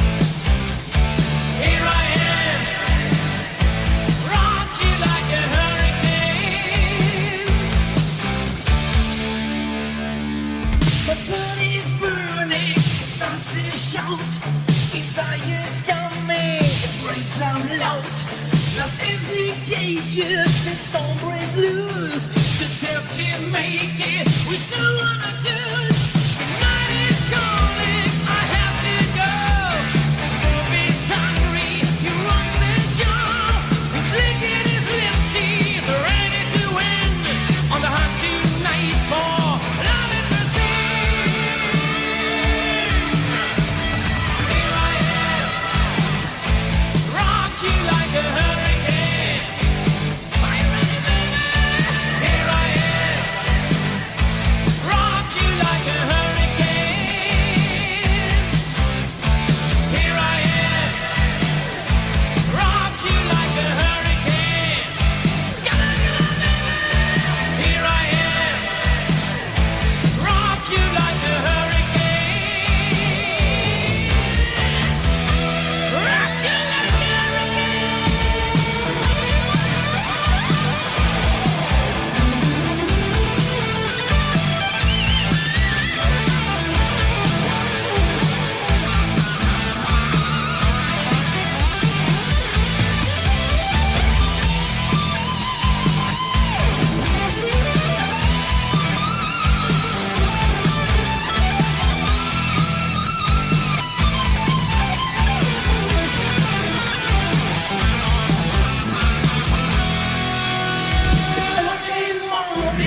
sun comes out. His night was shaking really loud. Gate is burning, scratch my skin. So what is wrong? Another sin. Night is calling, I have to go. The bomb is hungry, he runs the show. He's licking his lips, he's ready to win. On the hunting nightfall, love in the sea. Here I am, rock you like a hurricane. Here I am, rock you like a hurricane. Here I am, rock you like a hurricane. Here I am,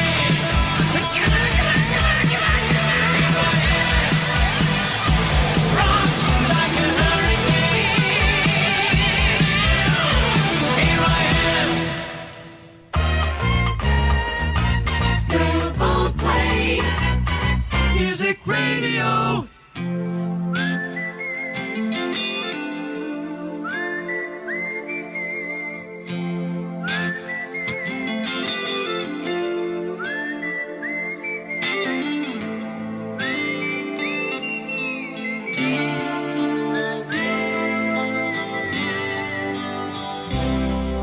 I follow the Moskva and down to Gorky Park, listening to the wind of change. An August summer night, soldiers passing by, listening to the wind of change.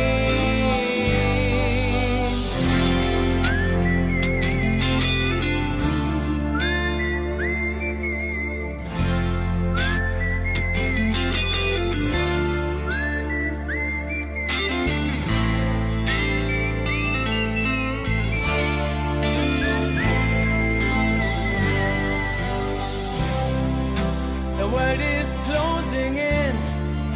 And did you ever think that we could be so close, like brothers?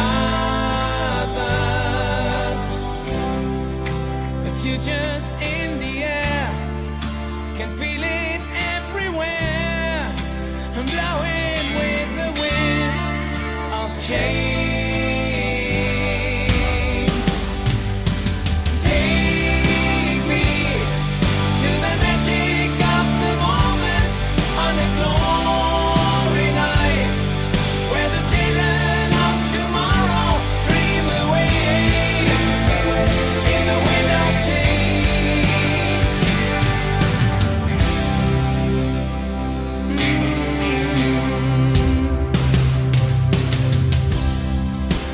Walking down the street, and distant memories are buried in the past forever.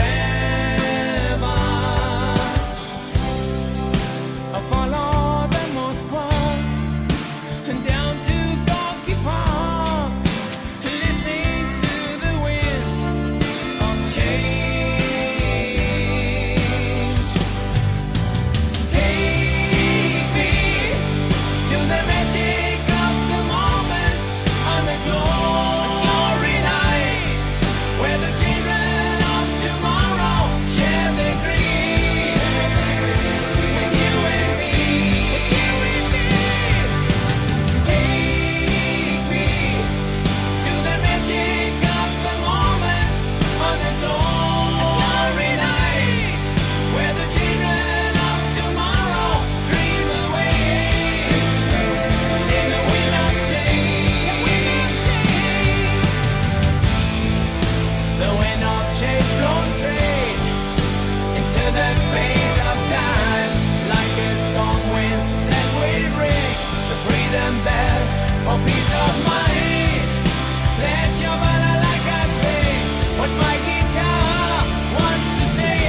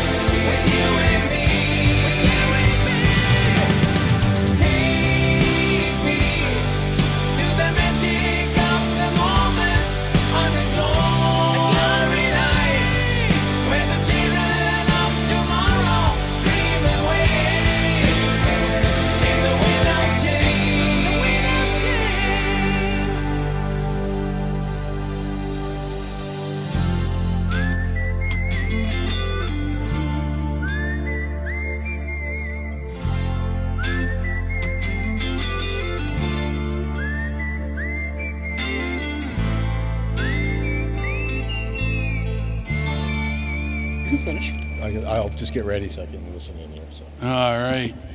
There we go. Rick's still taking care of some business on the side here. It is pouring cats and dogs outside.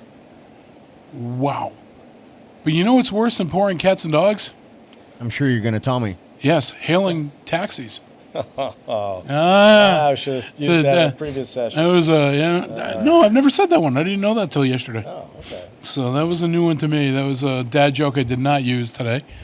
But man, it is coming down big time there. So what was the drought monitor looking like, Kenny? Do you happen to know by chance? 2 to 4. No. I mean, were we in a drought according to the Commonwealth of Massachusetts? Yes. Yes. Okay. Well, this has definitely got to put a dent into that. Westfield, Southwick, both have water restrictions.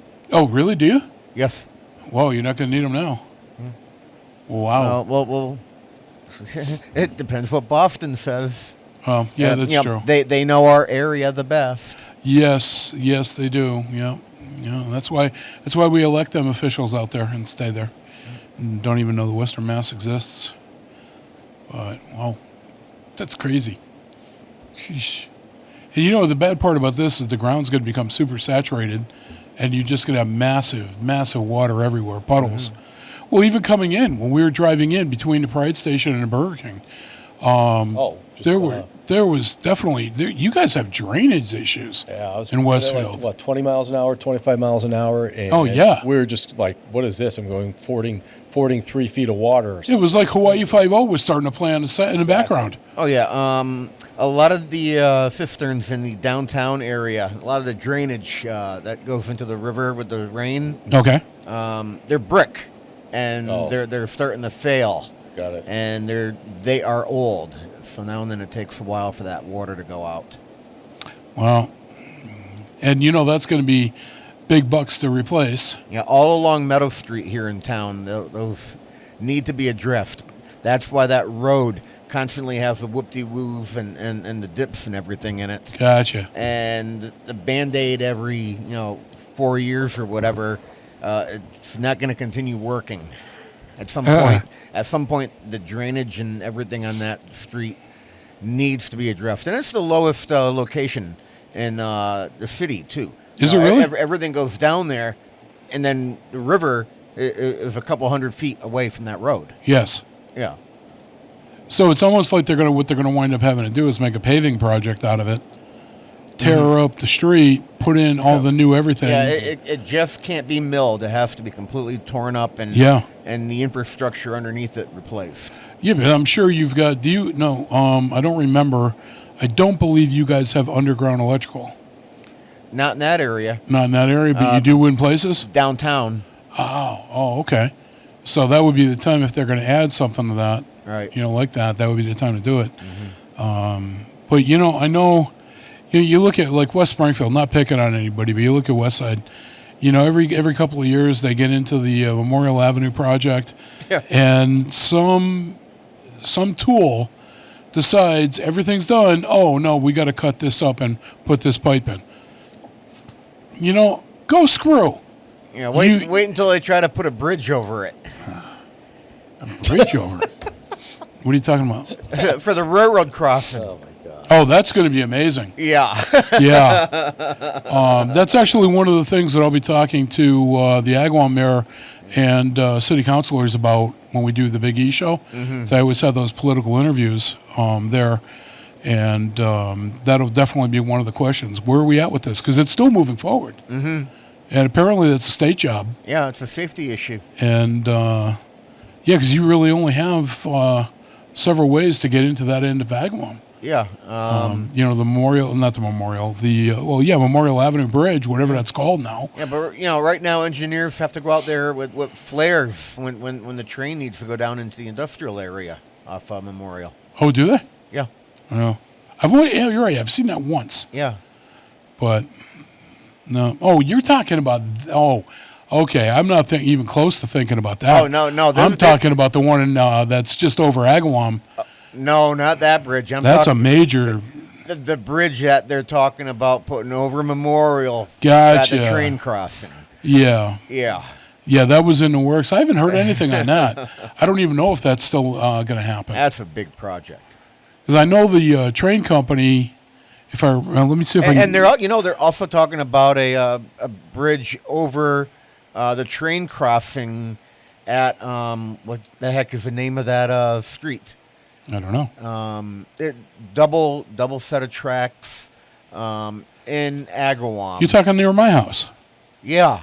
Yeah, that's what I was talking about. That's what I thought you were talking about. Yeah. That's another bridge product. Yeah, that's project, that's the one I would. But that would be the cars going over the trains. Well, the memorial would be the train going over the cars. Oh, I didn't realize that. I thought it was the other way around. From what I remember reading. Oh, then I don't really care. Yeah. Do what you got to do. I mean, make it work for your trains. One way or the other. Yeah. Well, if it's a train going over, that's not going to impact anything. Yeah. They just have to keep in mind that you do have commercial traffic on Memorial Avenue, and that you got to take into account the height of the rig. Yeah. And hence you need that plus for space, and don't dig under, and make it a pond every time it rains. Because then you're going to get these guys with the long trailers, 54-inch trailers. Oh yeah, I can make it. And, like that bridge in Holyoke, I think it is. That's an overpass, and there's a grade issue there, and everybody always gets their truck stuck. Yeah, we had that issue until our viaduct was redone when the Twin Bridges project was done. Oh, okay. Yeah, one side of that, it would flood every time it rained, and made it impassable. Yeah. No, this... I don't know. Yeah, on the other side of the coin, though, if you went under the other side of the bridge and you were driving a 18-wheeler, you would hit the bridge. So you had two ways to get underneath that railroad viaduct. And neither one worked. And the one that didn't flood, you couldn't put an 18-wheeler over it, and the one intended for an 18-wheeler, when it rained, it would flood. Yeah, that was a mess for years and years down there. Yeah, it's one of those things you wonder how somebody kept their job. Designing that, not taking that into account. Terrible. Well, terrible. Originally that was built before a lot of automobile traffic, because that viaduct was part of the train station that was there. Oh, I thought you were saying it was just redone.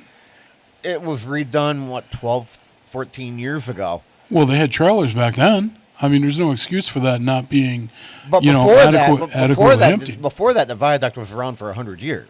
No, that's fine. But I'm saying if you just redid something in the past 20 years, there's no excuse for drainage to be an issue. No. Well, once they redid it, the issue went away. Oh, I see. I'm talking about, in the past. I see. I thought I misunderstood. But that was a functional train station there. Gotcha. Which it ended up being a major part of and you're talking Westfield, not Southwick. Westfield. Okay. Yeah. I was thinking you were talking Southwick. Okay, I know where you are now. Yeah. I know where you are. I'm thinking Southwick. I'm like, where the hell is there a side-by-side bridge? Yeah. But now now I know you're talking Westfield. I know exactly where you are. Yeah. Matter of fact, that was a big construction and, not just construction, but I mean a whole change to that area. Yeah. They redesigned that entire area as far as the roadways went. Yeah, it ripped down a church and, changed the roadways. Yeah. It was a long, big project. It was crazy. And we still have a traffic issue. Do you really? Yes. Well, hey, what do you think of Memorial Avenue going to one lane? I think that in each direction, I think that's going to be an interesting problem. That will be. We'll see how the Big E handles that. I don't know. Where do you go? Maybe I won't go this year. Well, you're going to be there for the station, if nothing else. You'll be stuck there. Yeah, if I don't request for Southwick Media, Pete will have to drag me over for Westfield Media for your show. Oh, I see. Yeah. Well, last year you did it with Angela. You were walking around with her for a while, doing interviews. That was for my Southwick programming that I needed to commit to. Yeah. You're not going to do that again this year? She scared you away? It depends on if I feel like I want to go this year. Gotcha. Gotcha. Well, I'll tell you, last year, I don't know if you remember, I don't remember if you were even there. Oh, yeah, you were there because I saw you. I rented one of those handicap scooters. Right. Oh, my God, was that thing great. I mean, $80 is, expensive as hell. Handy car. But it was an awesome thing. I knew there was no way in hell I was going to be able to walk the Big E even to just do my show. Right. And getting that, we got there, I think it was at 11, and met you guys a little before noon, met Pete. And yeah, I was shooting with Angela, and I think Brady. No, Brady was with us. Did you? Yeah, Brady was with us, and you and Angela. Yeah. And because we actually hooked up together a couple of times throughout that day. Yeah. And that was funny. We were just talking about that a couple of weeks ago. Brady was in here visiting, and something was mentioned about the Big E, and that was his first time doing my show there. Or I shouldn't even go further than that. That was his first time working with me, period, in any environment. And he was not prepared for me, which was funny. So I don't think a lot of people are prepared. We go over. We do the platform with the flags there, where we do the political interviews, whatever the hell that's called. And you know what I'm talking about? And we did the interviews there. We jump into I jump on the go-kart, and we start tooling. That thing hauled ass. It was awesome. And so we went over. The first place I think we went to was go see Joe Didi over at Malicious. So Pete stays outside, and Brady and Joe brings us in the back, and he makes me one of the Moo Nuts. And guilty pleasure. Folks, if you've never tried a Moo Nut, you got to go to Malicious. They are right on 75, I believe it is. Yeah, Feeding Hills Road. And Feeding Hills Road on your way into Southwick. And phenomenal stuff. It's basically a donut, no hole. So it's almost like what would later become like a Boston cream, that sort of a donut. He's got this tool that hollows it out. And then he sticks it into the ice cream nozzle, soft serve, and fills it with soft serve. And then he takes it, puts it into a little serving tray, puts hot sauce on the chocolate sauce, the caramel, the sprinkles, all the toppings crap that you could want are all on there. So now Brady, who had just graduated from the Tech Academy, is filming me eating one of these. Now, it's not finger food. So I'm holding onto the tray, and I'm using a spoon, and I'm eating from one end, and Brady's filming. I'm like, dude, you got to try this. I reach over, and this is what took Brady totally by surprise. I reached over and took the camera away from him, and I handed him the Moo Nut, and I handed him a clean spoon. I said, "Here, you eat from the other side," and he's looking at me like, "What the hell are you doing?" And I'm like, dude, enjoy.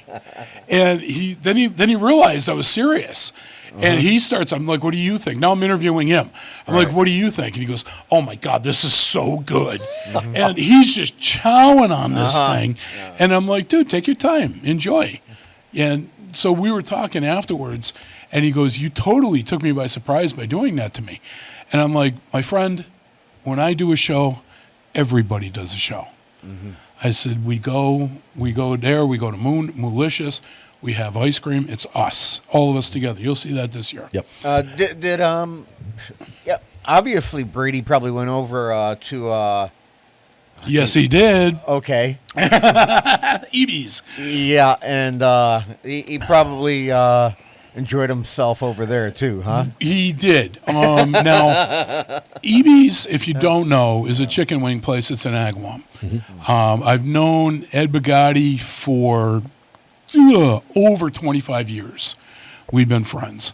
And my youngest stepdaughter, Jody, used to work at EB's as a waitress and bar girl, for lack of a better term, for many, many years, all through high school, through college, the whole 9 yards. And so we got to know Eddie really well. And so now it's personal because, for many years he was so good to Jody. Now the shoe's on the other foot. Now it's my turn to really do right by him. Mm-hmm. And so I know both Ed and his sister Shelley, and I knew their father. And, I always bring up the dad, make it personal when I'm doing the interview. Because when I do the Big E show, I'll do a 20-minute interview just with EBs. Mm-hmm. Now, they've got the pub tables that are about a 3-foot diameter. He'll put 2 of those together. One, food, everywhere. The other one, alcohol, everywhere. Now, Brady's underage, so the only thing he couldn't do was have that. They brought him over a Coke. And so we've got this food with 7 or 8 different items from the menu. And I don't mean like one wing. No. This is an order of whatever it is. It's a full-sized order. Now, keep in mind, usually I've got myself, a co-host, Pete, and sometimes a helper, whether it's Kenny doing production work or Brady. So there's usually at least 4, more times than not 5 of us doing this. Now, I do the interview with Ed and Shelley. It's just the 3 of us, and whoever my photog is filming it. And we talk about the food, we talk about the restaurant, we talk about the family, and I always bring up to them, why would somebody come to the Big E when I can go in town and get EBs? And he's always got a good answer for me because he knows I'm going to ask him. Because there's certain items you can only get at the Big E. Mm-hmm. This year, I'm not going to say what it is. I'm not going to say what it is that he's adding. He did tell me. And if it is half as good as I'm hoping for, it's going to be incredible. It's going to be worth going to the Big E just to go to EB's. And I am so looking forward to this. And unfortunately, you won't be able to get it at the restaurant, so it's only going to be available there, at their building. Exclusive to the Big E, yes. Nice. So you'll see that when we get there. And Brady was so funny with that. Brady takes 1 curly fry out of this massive basket of fries. Grab a handful. He has 1. Stretches it out to make it last. He's like, I'm all set. Yes, I'm gonna, I'm on a diet or whatever. I mean, he farts and he has to take a step forward from the momentum. But I'm looking at him like, Brady, are you for real? You're a teenager. You've got to be hungry. You're always hungry. Yeah. And then he just starts laughing. And he goes, well, yeah, but this isn't my place. I'm like, dude, you're part of this team. Knock yourself out. This is your place. We can get more. No worry. Well, yeah, the more would cost you. But, more would cost, but then it comes out of his salary. But the only thing he couldn't partake was I said, the alcohol. Good for him. And so we sit down and we literally have a feast. And it's like the drinks have already flowed. We're just drinking them. Yep. And the food is right there. And, oh, my God. They even do fried Brussels sprouts. Really? You would think, ugh. And I'm not a Brussels sprout sort of guy. Oh, my God, are these good. Hope loves Brussels sprouts. Mm-hmm. So she'll be with us because she's retired now. Right. She'll be with us that day for the show. So she'll definitely want the Brussels sprouts to talk about those. But, oh, man, everything there. Definitely. Yeah, there you go. That's on the way to the next interview. But, everything is just so, it's phenomenal. I love, out of all the shows that we do annually, my favorite one is the Big E show. Mm-hmm. And the best part, it's a taped because it's never on Thursday. Right. So that week we'll tape on Wednesday. Mm-hmm. And if it's a crappy day, we go back and tape it on another day. Right. And it's just, it's an awesome time. You get and I love people watching. Yeah, that's a blast. And, you in your mind, you make up these stories about where they came from and what they're doing and all of that. And I'm sure they all do the same thing, with everybody else around them too. But then you get the Mardi Gras parade. Mm-hmm. And, So I was actually able, because of that handicapped scooter, yep. I was able to start in the morning, and we closed the place. And I was fine. Did not bother me at all. I was perfectly fine with that. So I'll be doing that again this year. Yep. Yeah, anyway, lots of fun. So listen, I changed things up a little bit because normally we'd be playing Pete's Pick and you'd be hearing Star Wars. I went and I changed the name. Obviously, it's Ken this week. So I've got a new thing for Ken that we're going to use every time he produces one of my shows. So he has his own intro and all that stuff. And I wanted to pick a cool song for Kenny. And so I called his segment Ken's Den of Depravity. And Depravity, I guess you would pronounce it. And so he had a double play as well. So Ken, why don't you go ahead and cue up that music I started for you. You got that on file? Here we go.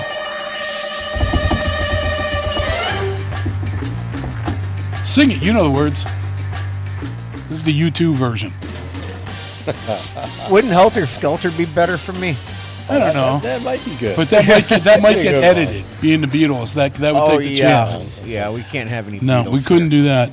But you know something, and God forbid they get screwed out of 27 cents oh my somewhere. God! Yeah, that if that. Rick, point 27. Yeah, exactly. Point. Yeah, exactly. All right. Jeez, I don't have enough billions. The two that are left. Yeah. So Ken's Den of Depravity. You know, I don't. What? Last I knew, Michael Jackson owned the Beatles. Not all of it. He had the publishing rights, I think. Right. Oh, I don't know. Paul McCartney still had some. Because I think that was one of those trivia questions. He's still trying to beat it. All right.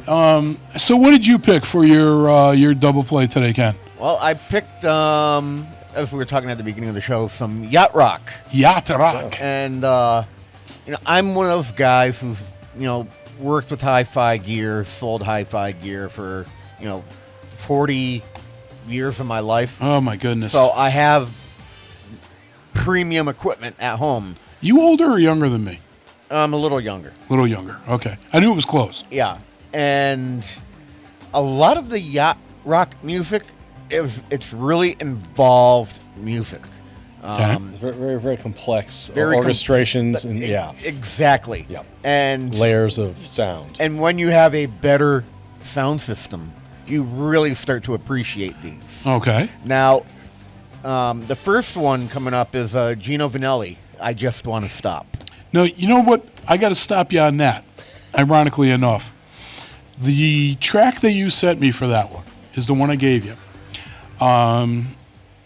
If you look at his face and you look at your face, no hair, just the faces, you guys look a lot alike. A little. And then, but I will warn you, the second one that you picked, I did not give you the version you wanted. I found a better copy. Is it still the live one? No, it was not. Completely different orchestration and sound. Okay. Well, then play whichever one you want then. Completely different. Okay. I went with the other one because it was a remastered version. Yeah. And it was recently redone, and the sound quality was much better. I went with the live one because of certain reasons. All right, no problem. Which is what I was about to get into. All right, go ahead. Boz Scaggs had done a live concert. And when you listen to what's going on, you go, I don't believe it's live. Okay. And then there's some harmonization coming out of the female backup singers. Would that be Angie? Harmonization? No. Angie wasn't even alive when this song came out. No? So, are we going to have to talk about Angie at some point? Angie who? Never mind. Angie Harmon was who I was talking about. No. I'm talking about my AI. Your AI? My AI. You named your AI character. Angie? No. The character I use in my music videos. Oh, no. I don't know anything about that. Oh, okay. I haven't seen any of those. Oh man. Man, you are missing All right. out. All right. I think we have time if you want to play one later. We definitely have to talk about that later on. All right. I'll have you play one. You can play the video since you own the rights. Yeah. So, again, a lot of complexity with this music, but it's also beautiful music. Yes. Yeah, very great songs. And it's not they're not slow, sappy ballads either. It's yacht rock. Yacht rock. Okay. They're not slow sappy. They're upbeat and they're moving. Yeah, it's classic FM radio 70s staples. music. Yeah, definitely. I'll buy that. All right, so there we go. So we got some Gino Vanelli with I Just Want to Stop, and then Boz Scaggs, Look What You've Done to Me. Bobby Gianconi. Connie. Yeah, all right. Thinking of my brother. Bobby G and Company with Ken's Den of Depravity. And this is the double play. We'll be right back.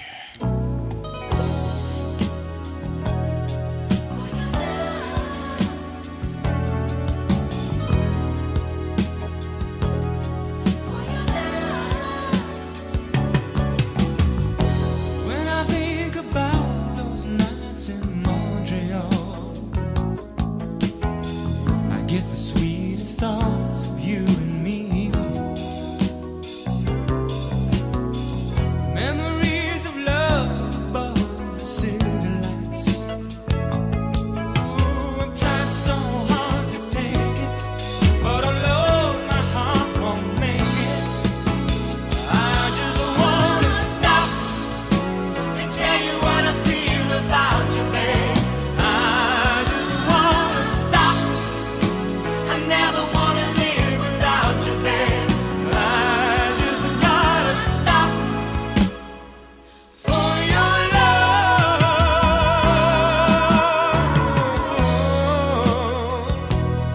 For your love. For your love. For your love. When I think about the way the world must turn, I get the saddest thoughts for you and me. Memories of lives and times go on and on. Oh, I've tried hard to forget it, but alone my mind won't let it. I just wanna stop and tell you what I feel about you, babe. I just wanna stop. The world ain't right without you, babe. I just gotta stop for your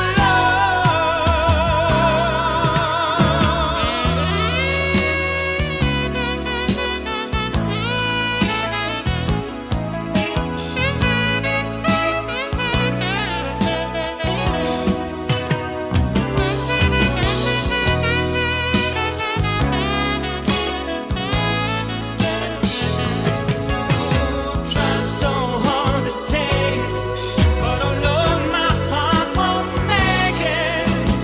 I just wanna stop and tell you what I feel about you, babe. I just wanna stop.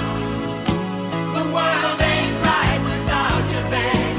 I just wanna stop for your love. Stop. I just wanna stop. I just wanna stop and tell you what I feel about you, babe. I just wanna stop. The world ain't right without you, babe. Underwriting for community radio is provided by the YMCA of Greater Westfield. Every day, the YMCA strengthens the community through programs and services focused on youth development, healthy living, and social responsibility. For all the Y's many programs and services, visit us on the web at www.westfieldymca.org. The YMCA, 67 Court Street in downtown Westfield. We're more than a gym, we're a cause. Join us the second Wednesday of every month for Joe Didi's take on, well, everything. Listen to The Joe Didi Show, second Wednesday of every month at 8 a.m. 107.5 FM WSFD.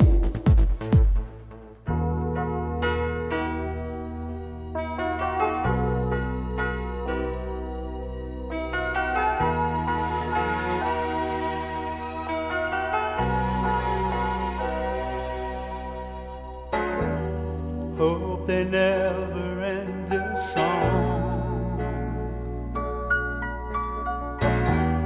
This could take us all night long. I looked at the moon and I felt blue.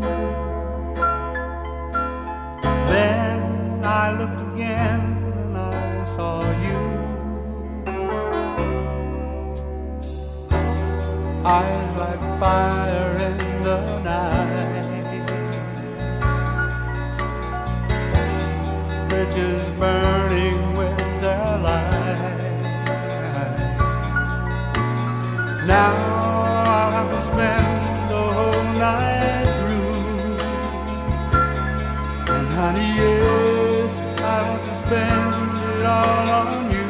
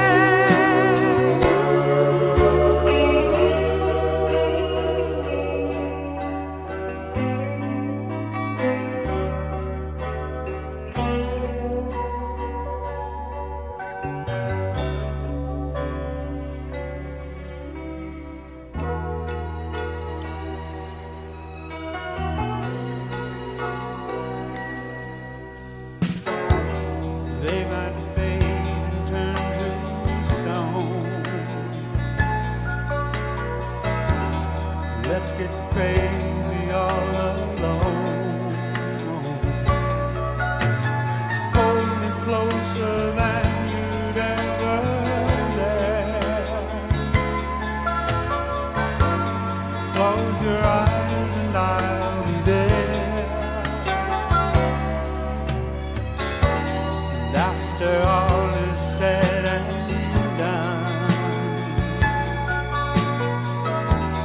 after all, you are the one. Take me up your stair to the door. Take me where we don't care anymore.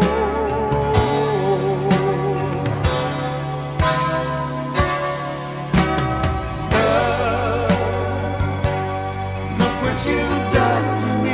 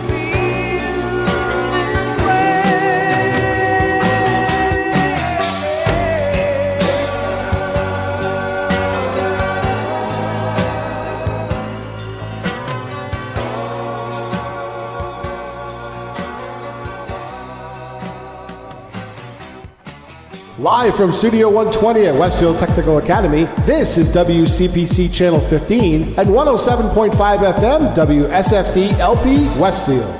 All right, everybody, welcome back, Bobby G and Company.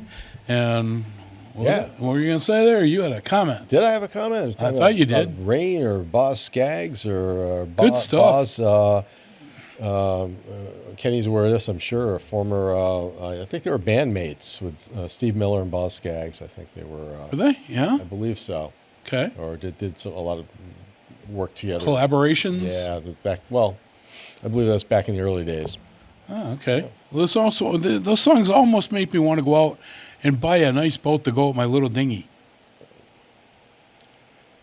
Yeah, you need a boat. You were saying this I do. before. You need a boat. We saw that one. I need the boat. That red maroonish one over there just by the Oh veterans. my! I don't want somebody else's problems. No. Just by the veterans. Boat is cemetery. something It's I right would there. buy brand new. You know, there are two days Okay. Yeah. that are the best of your life. When you have a boat, Okay. that's when you buy it, and then when you sell it. Yeah. Oh, really? Boat There's are nothing two in best between? things. Nothing in between, apparently. Oh, that's not right. That's even on some sitcoms. I remember watching one where two knuckleheads win a boat, and they're like, "This is going to be great," and they go to get a license, and they're paying all the fees. You're getting fuel. Yeah. You need X number of life preservers. There's dropping all this money in all of a sudden. They haven't gone out in the water yet. Just to drop in the Congamon now, you need to be licensed now. Licensed, and The you have to state, go yeah. through a safety program. Well, what does license mean? Is that graduating from a safety program? It means you take either a in-resident or online course of X number of hours. The U.S. Coast Guard Auxiliary,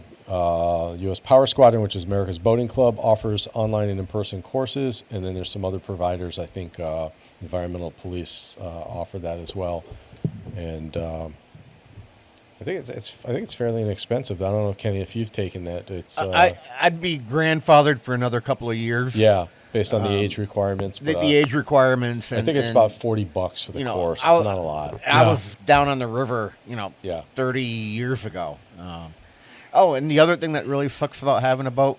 What's that? The fuel at the marina. Yes. Yeah. Now, is that special fuel, or is that something you can get at a gas station? I don't know. It's regular fuel. Yeah, 'cause it's I didn't know if there was like an oil additive to it or anything like that. Yeah. Having never owned a boat, I didn't know that. No, my buddy's boat. He actually took a GM 454 engine and put it in there. So they're normal engines. Oh, okay. It's not like jet fuel or anything or aviation fuel. Oh, okay. Gotcha. It's not Something kerosene unique, or anything base or like that. something. Yeah. It's either depending on the engine, either diesel or gasoline, right? Yeah. So you could get that at Cumberland Farms on the way to the pond. There you go. Or you could. I see you in a houseboat. Not the houseboat. Yeah, there's a really great one somebody was selling online a couple of years ago. It was looked like a pirate ship. Yeah, it was all decked out, the sails and everything. He'd and be it was perfect with a houseboat. panty line. I mean, a bay liner. No, actually, little V6 engine tugging that thing around. I had my eye on I actually had my eye on a Bennington back in the day, brand new. It was considered to be a beginner's boat. There literally, Kenny, there was no options.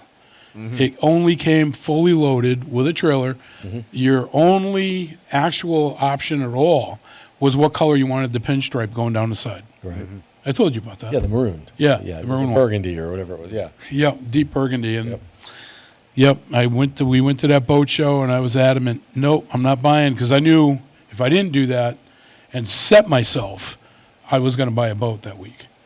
And I knew it. And so Hope and I went, and we initially were looking for a little Sea Ray, a little 16-foot Sea Ray, because that's what my buddy had. And looking at those, and Hope's like, that's not even, that's a lifeboat. You want something a little bigger. It's a lifeboat. And I'm like, okay. So we go over and we started looking, and I'm looking, the Bennington caught my eye. She was gorgeous. And so I go over and I walk over and I'm looking at that, and I'm really looking at it. I'm giving this the eyeball. And Hope comes over and she goes, yeah, this is nice. And I'm like listening to the guy talking, to other people, and I'm like, yeah, there's no options on it. This only comes fully loaded. I says, you're not going to say I want this package or that package out of ignorance when it's just all there, including the trailer. And she says, oh, that's not a bad deal. And I said to her, I says, the only way I would get this one, because at the time I had a blood red Camaro. And I said, the only way that I would buy a boat is if it matched the Camaro. So even though the Camaro wasn't going to... Were you going to have the Camaro tow it? No, that's what I was going to say. Even though the Camaro wasn't going to tow it. It just has to match. It was going to, it had to match. So so I go up to the guy, and I'm talking to the guy. Now it's my turn to talk to him, and Hope's with me. And, so I'm saying to myself, okay, the only way I'll buy is if all of these conditions are met. And there's no way it's going to happen. And the guy says to me, so, he said, I'm really sorry. I've only got one boat left. And I'm thinking, okay, haha, good. I'm not going to be tempted to buy it. He goes, the only one I have left is this one here, and it's blood red for the piping. Oh, damn. I'm like, and he goes, it's the show one. Not that it matters. He goes, but I can take a little off for you. Oh, damn your black heart, you bastard. I can knock off a little bit for kids climbing. Oh, my God. So we ended up, I didn't buy it. We left, and Hope was like, oh, I'm so proud of you. You stuck to your word, and you didn't get it. I said, don't think it's because I didn't want to. Uh-huh. So then, obviously, Hope is a woman, okay? No doubt of that. All woman. And she has a woman's logic. And if you are married, you know exactly what I'm talking about.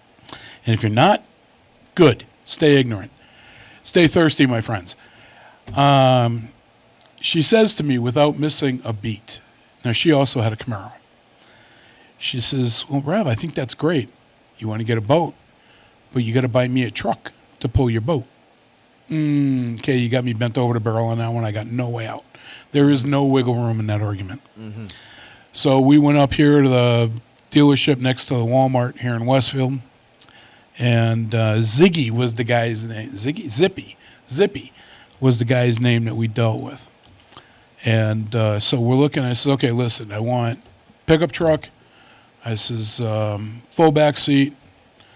And I says, give him a list of options. This is what I want. And he's, okay, well, let me see what I can find. It came down to a sliding back window. Mm-hmm. He couldn't find one with the window, but it was the same price whether it had the window or not. And I'm like, no.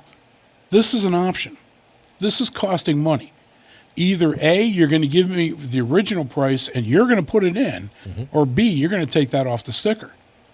As if it's one or the other. I'm not paying for an option I don't have.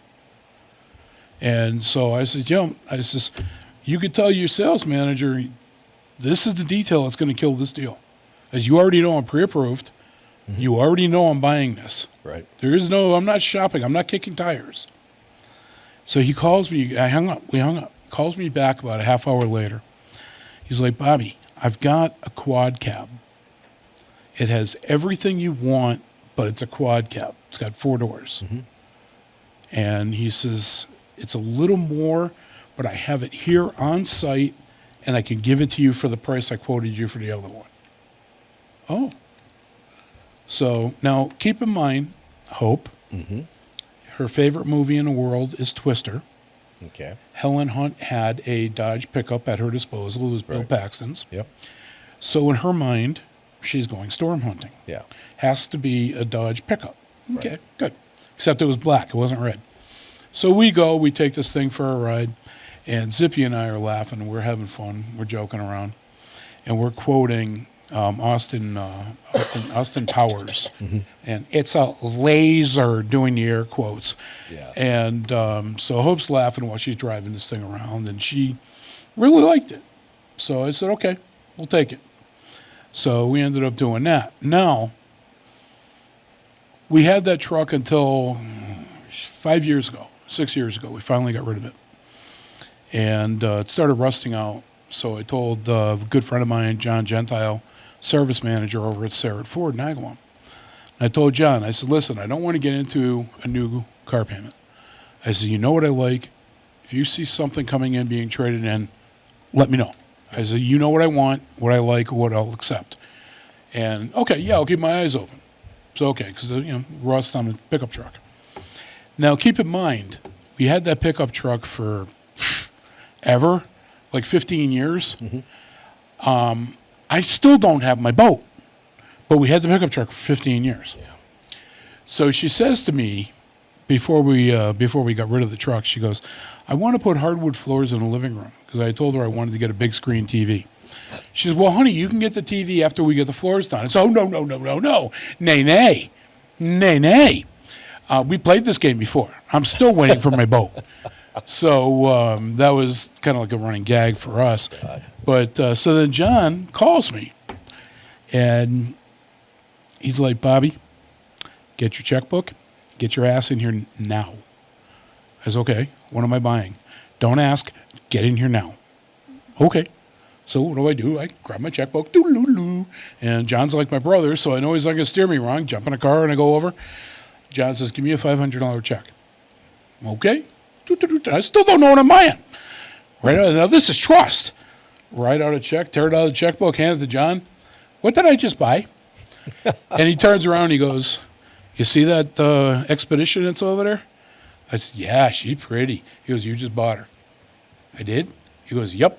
He said, that was a trade. It looked like it just came off the factory floor or the showroom floor. Mm-hmm. And I was like, okay. Showed it to Hope. Hope's like, yeah. And I said to John, it looks like a freaking root beer float. Right, metallic brown color. The brown, the gold, and it's actually bronze, gold and bronze. Yeah.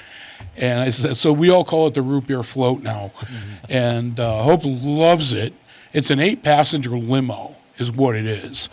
And she loves it because she's only 5 feet tall with the dew. And so she can't see, when she sits in her Camaro, she couldn't really see, anything other than the car in front of her. Now she's way the hell up in the air. We've got one of those little crane games that we pick her up and we put her into the seat with. And she can actually see a couple of cars ahead, and she's much more comfortable driving. And honestly, I feel better because she's safer. She's in a tank.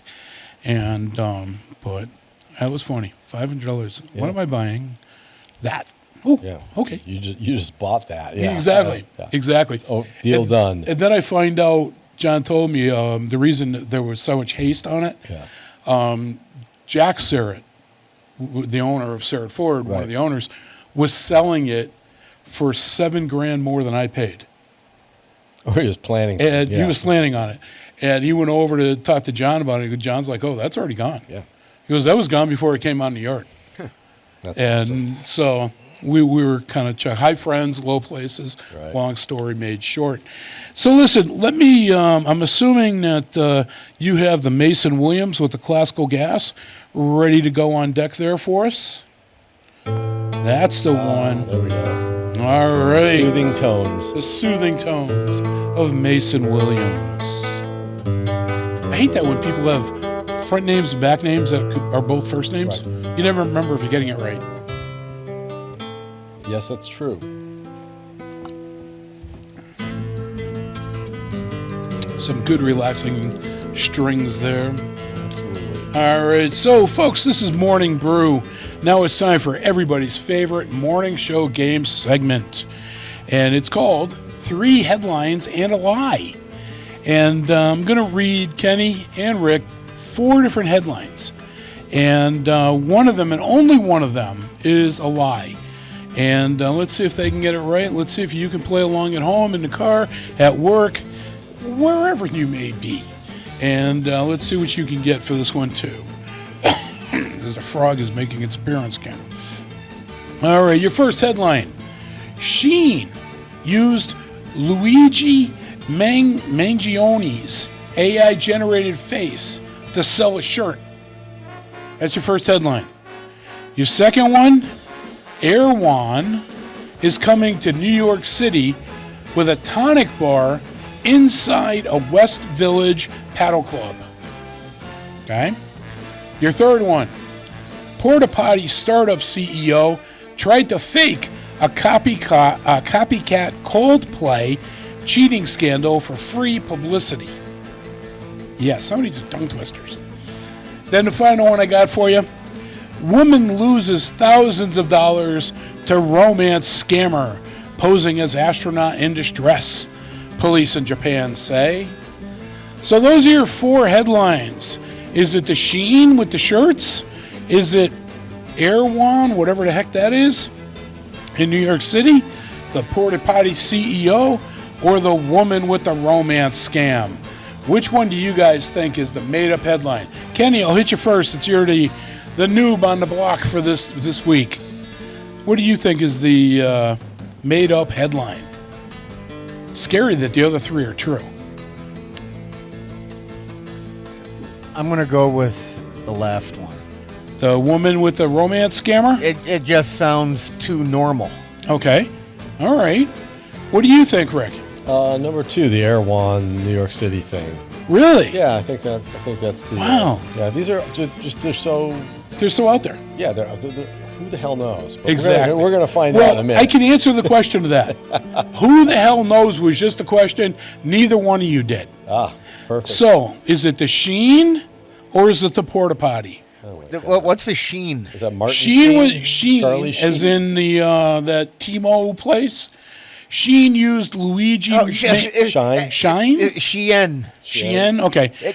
Okay, that changes everything now. Okay. Shein uses Luigi Mangioni's AI-generated face to sell a shirt, or is it the Porta Potty startup CEO tried to fake a copycat Coldplay cheating scandal for free publicity? So is it the Porta Potty or the Shein, or however you pronounce it? Shein. Okay, is that your guess? Yeah. And which one are you going with? You know, I'll do the other one, the porta potty. Cause all right. Shein AI sounds like a real thing. You guys, one of you is right. What are the odds of what are that? the chances of that happening? I mean, one of you is actually right. You don't even have to be a mathematician or an actuary. You can figure that really. out. Oh, God. Well, either one of you want to change? No. Okay, just checking. Got to give you the opportunity. The correct answer, or the one that's made up, is actually number 3, but the porta potty. That was the one that was a made-up headline. So it only took you. Sounds so real. Yeah, exactly. You could so see Why that I happening. didn't choose it the first time. And that's got to be true. Yeah. And your word of the week to educate you is it's a careworn, one word, and it means showing the effects of anxiety. I actually had heard that word, but I did not know that definition for it. So there you go, folks. That's your morning brew for today. And we are moving right along. I like those segments. Yeah, those are fun. They are, because it's so obscure. And honestly, even if you know where I get that from and you subscribe to it, there's no way in hell you're going to get it, because the ones that I'm referring to are usually about a year old. Right. Because I keep them, and I just eventually get to them. It's nuts. But you said any of those are so... They're all either far-fetched or all so realistic, right? It's someone, whoever puts them together does a great job. They do. They truly do. Yeah. That's definitely, you think about the work that goes into that stupid little segment. That's not a job I would want. Yeah. We used to do that is kind of crazy. On the way in every week, when we stopped at Pride, I would get the New York Post. Mm-hmm. And they always had it was just a column. Yeah. Not even a page. News of the Weird. News of the Weird, yeah. And we would play the X-Files theme for that, and I would read the 4 or 5, whatever they were on a year. That's been around for years. But they discontinued it. Yeah, recently, right? The past couple of years? Yeah, a couple of years back. Yeah. And I was pissed. I remember that back in the 80s anyway. That was the best part. Yeah, it was. You get to that and you always laughed, and it was always a stupid story about somebody from Florida. And that was the part that Pete cracked up on.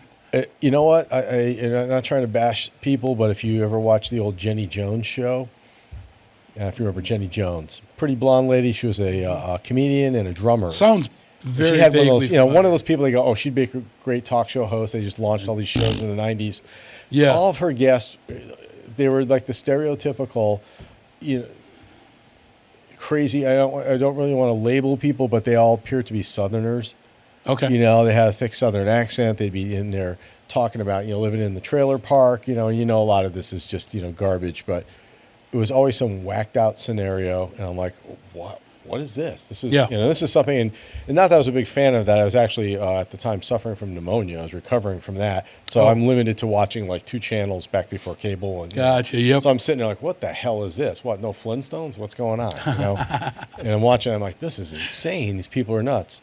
Well, you can go onto a web browser and type in the month and the day of your birthday. And after that, you type in Florida Man. Oh, no. And then all some wacky crap comes up for you. Oh, no kidding. Yeah. I'll have to play with that. That'll be a new segment. Yeah. Hey, Pete loves it when I add segments. Yeah, because there's always some type of news report. Florida Man something every day in a paper somewhere.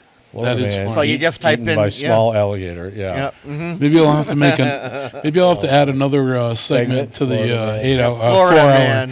Yeah, the Florida Man segment. This is for everybody who wants to move and retire to Florida. Yeah. Yes. Get you ready for it. Know what you're getting into. Exactly. All right. So, folks, I got another double play for you. And they got a little stupid ditty for this one too, and I know I got a lot of them. My mom, whenever I was in the car, she listened. We used to listen to like 102 or whatever, for music, and she listened to what I listened to. I don't think she ever actually really liked it, but she listened to it. Sure. It wasn't like me trying to listen to rap or country. Ain't no way that's happening. It's like fingers on a chalkboard. Yeah. For her, this was doable. But there was only one band that she could remember the name, kind of like half of it anyway. And I would ask her, Mom, who's this? And she would go, oh, that's got to be the ZZs. And that's what she called ZZ Top, the ZZs. Yeah. That's better than a lot of folks. That just always cracked me up. That's how awesome. she knew. And that was the only band she could do that with. Yeah. Mom, who's this? The ZZs. So we're going to hear a couple of ZZ Tops. We had a double play coming at you. Two of their really, really good songs. Both came, I believe, if I remember correctly, from the Eliminator album. Same album, yeah. And we got ZZ Top with Legs, which, that was a great video. And not to mention the next one, Sharp Dressed Man. Yep. Bobby G and Company. We are going to be right back right after this.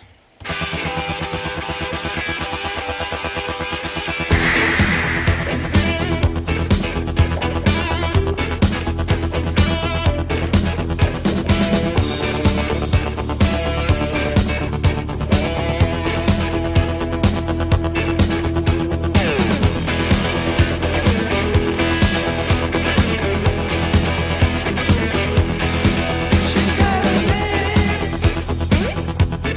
knows how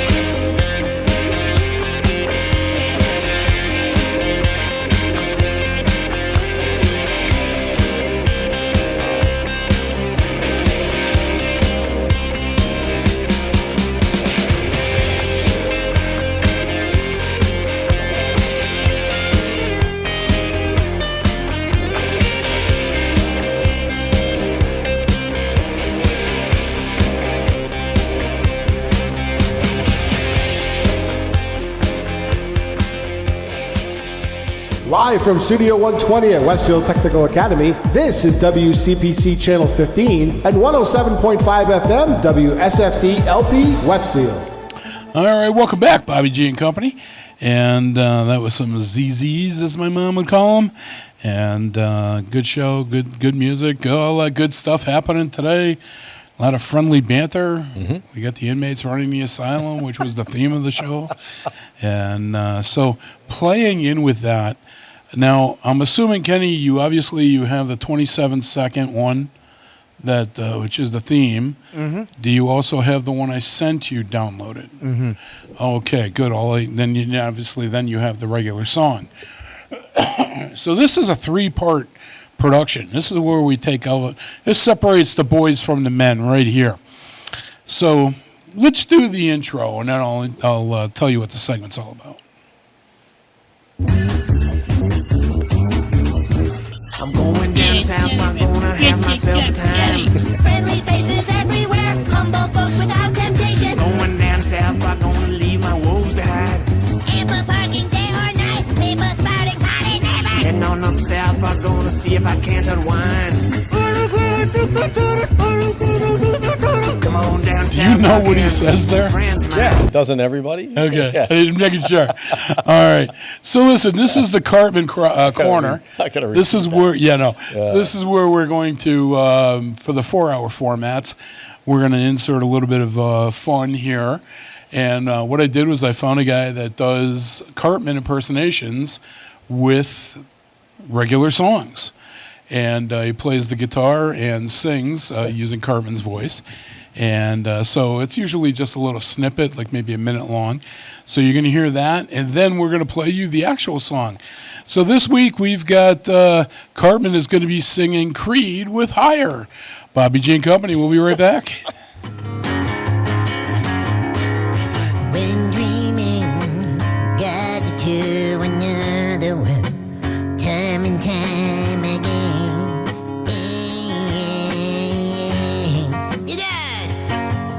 At sunrise, I fight to stay asleep, 'cause I don't wanna leave the comfort of this place. There's a hunger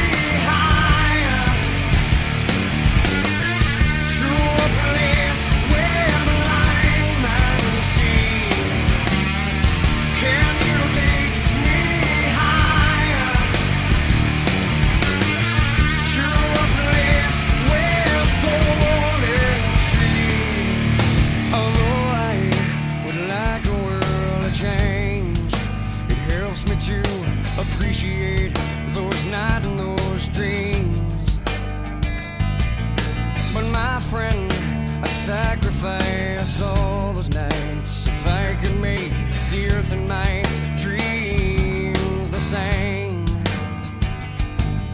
The only difference is to let love replace all I hate.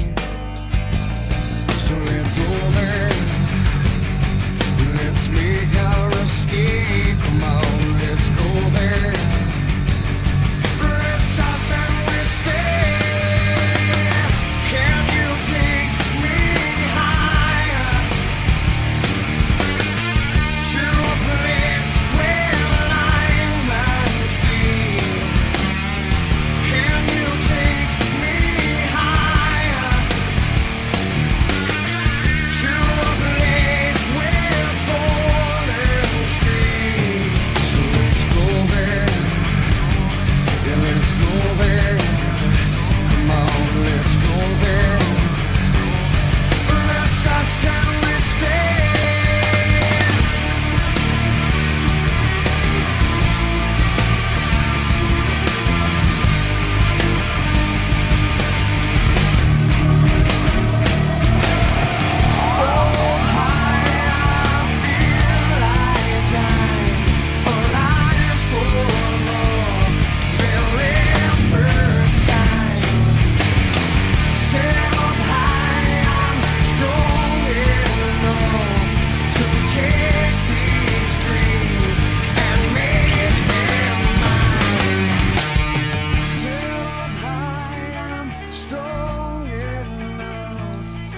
Take these dreams and make them mine. Can you take me higher to a place where light might see? Can you take me higher to a place with golden streams? Can you take me higher to a place where light may see? Can you take me higher to a place with golden streets? You're listening to 107.5 WSFD-LP, Westfield Community Radio in Westfield, Mass. All right, that was our new Cartman Corner. What'd you think of that, Kenny? Still want to try to figure out how to get video along with the audio. Yeah, because it's cool. It's actually the Cartman is actually the guy wearing the Cartman toque. And I loaded it back up to see if there was a problem with the load. Yeah. And that wasn't the Still- case. Yeah. No, huh? Yeah, I'm going to have to figure that one out. Software issue somewhere. Yeah, I mean, you sent me a video. Yes, I I've did. got a video on the thumb drive here. Yeah. I just played the video on the thumb drive, And but nothing. the video player doesn't see it as a video. for Doesn't some like reason. it. Yeah, it doesn't might like have it. to change the shell. Okay. All right. Well, it's above my pay grade. So why don't we do some X-Files music, and let's play. Let's do the rare and unusual knowledge segment.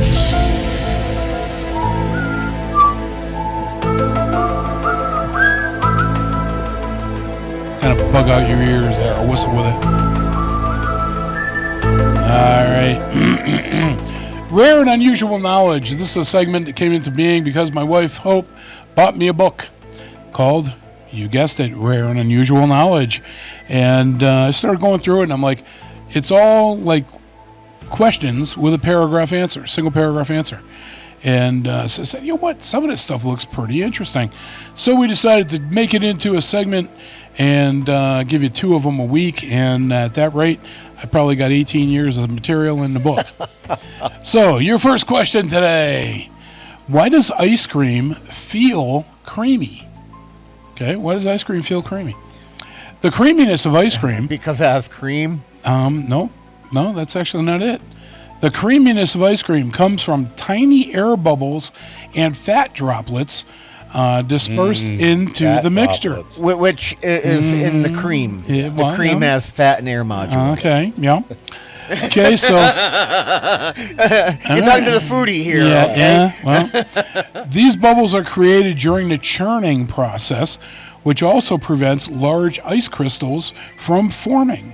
The fat stabilizes the air bubbles, giving ice cream its smooth texture. The balance of fat, air, and sugar is essential for that velvety feel. There you have it. Next one I got for you. And Kenny, don't answer. How do thermoses keep drinks hot or cold? Thermoses use a vacuum layer between two walls to prevent heat transfer. Heat moves through conduction, convection, and radiation, but a vacuum eliminates conduction and convection because it lacks matter. The inner reflective surface minimizes heat loss through radiation. This design keeps hot drinks hot and cold drinks cold for hours. I know Bobby bought me one of those expensive Yetis coffee mug, big sucker, and I use that on my nightstand for ice water. That thing keeps ice for like 3 days. It's amazing to me how much, the length of it maintains the temperature. Yeah. Oh yeah. Yep. Oh, what the hell did I do that for? Yeah, there's a little check bit marks everywhere. Here. There's a little bit more than a vacuum going on in that juju with. Oh yeah. With definitely with Yeti, there's definitely a lot more. Yeah. But so there you have it, folks. It all comes down to conductivity and thermodynamics. Oh, okay. I figured it was the flux capacitor. As applied to beverage technology. Yes. Yes. He kept that. We cannot take much more of this.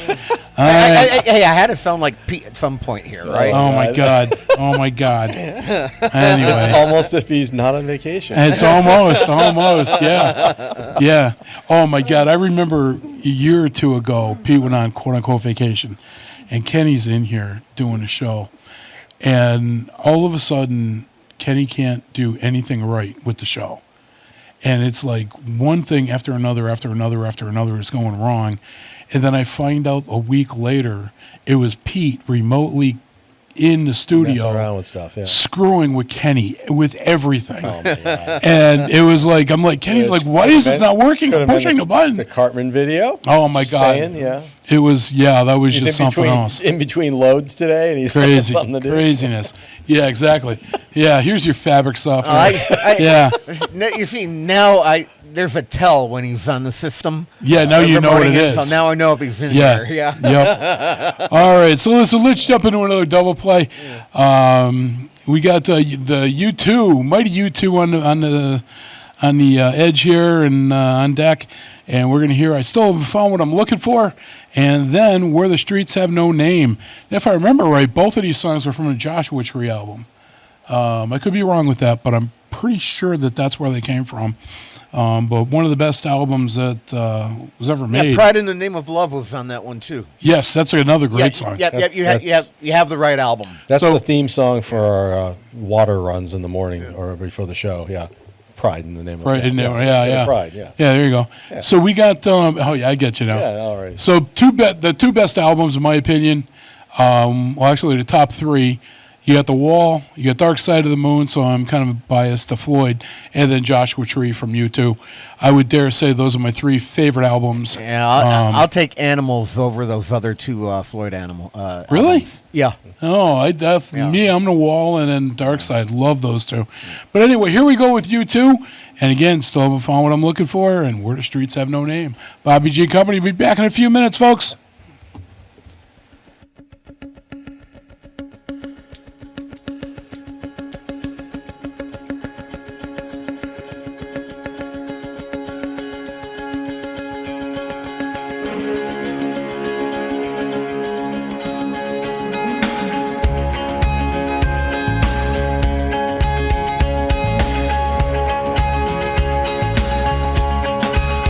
I have climbed high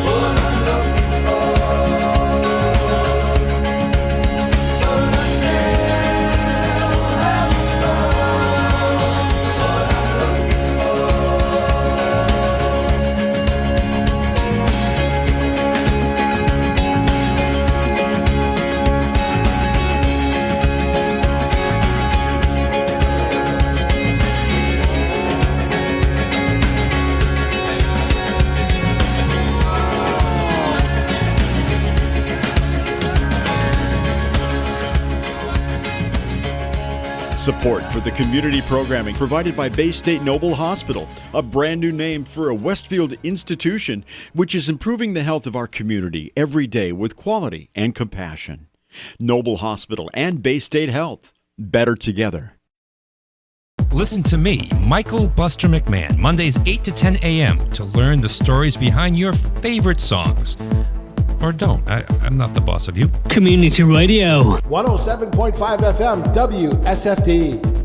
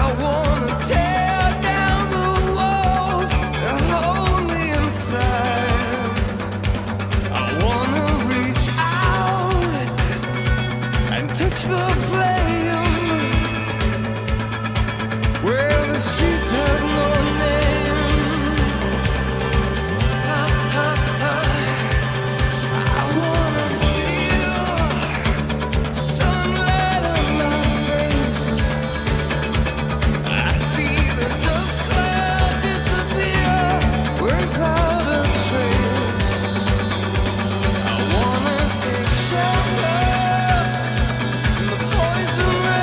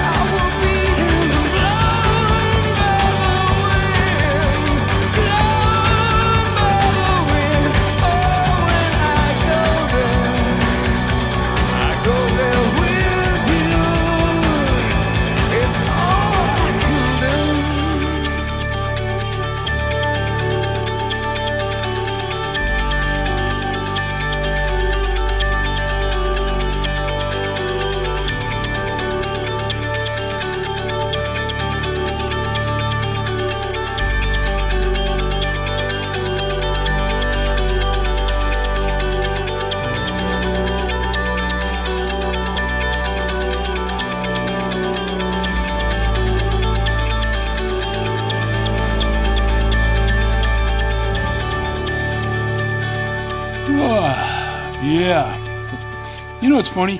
We do live shows. We're up at 4:30 in the morning. Right. To do the live show on Thursday mornings when we do them live. Yes. Which is non-existent anymore. I have never yawned as much Let's do it that recorded early show in the afternoon. as when we do it now in the afternoon. Because, I mean, it's, for you folks, it's coming up, well, it's a little after 9:30, so probably about 25 of. For us, it's 4:35 in the afternoon. Half an hour ago was my nap time. Yeah, I was going to say, mine's it's coming up. Damn, I'm getting old. It's like, you know, I'm ready for my Flintstones gummy bear things, or the Flintstones chewables, rather. A little and melatonin. Give me my little nap, my mat, Yeah. my Oh, yeah, sippy you're right. cup. We'd get up early. I'd get up early to pick you up. We would roll in at Old Dark 30. We hit Dunkin' Oh, on my the God, way in. crazy, yeah. Grab a large coffee. Yeah, and they some probably wonder snacks what and happened to us. They'd come rolling in here and be like bright-eyed, bushy-tailed. Or Yeah, start a little craziness. slow, but we go great. And Yeah, go the slow back. part was the beginning of the show, not the end. Right, and now it's so like, now it's like, oh my God, yeah. May as well record this 6 to 10 or something. Something. I Yeah. mean, we may have to do this in 2 steps, but oh my goodness. Wait till the New Year's extravaganza. We'll be up here for the whole shift, right? Oh, crazy. You know, we really should. 'Cause I I'm won't trying do. to, I won't do Christmas. We do Our own and Kenny thing. and I talked about this Yeah. years ago with Pete. Is that because I'm the only show that gets a 4-hour time spot, it makes the most sense for me to do the holiday shows. Right. And honestly, folks, I see it as an honor to be able to say that I'm hosting all of these people that are what I aspire to become in this environment.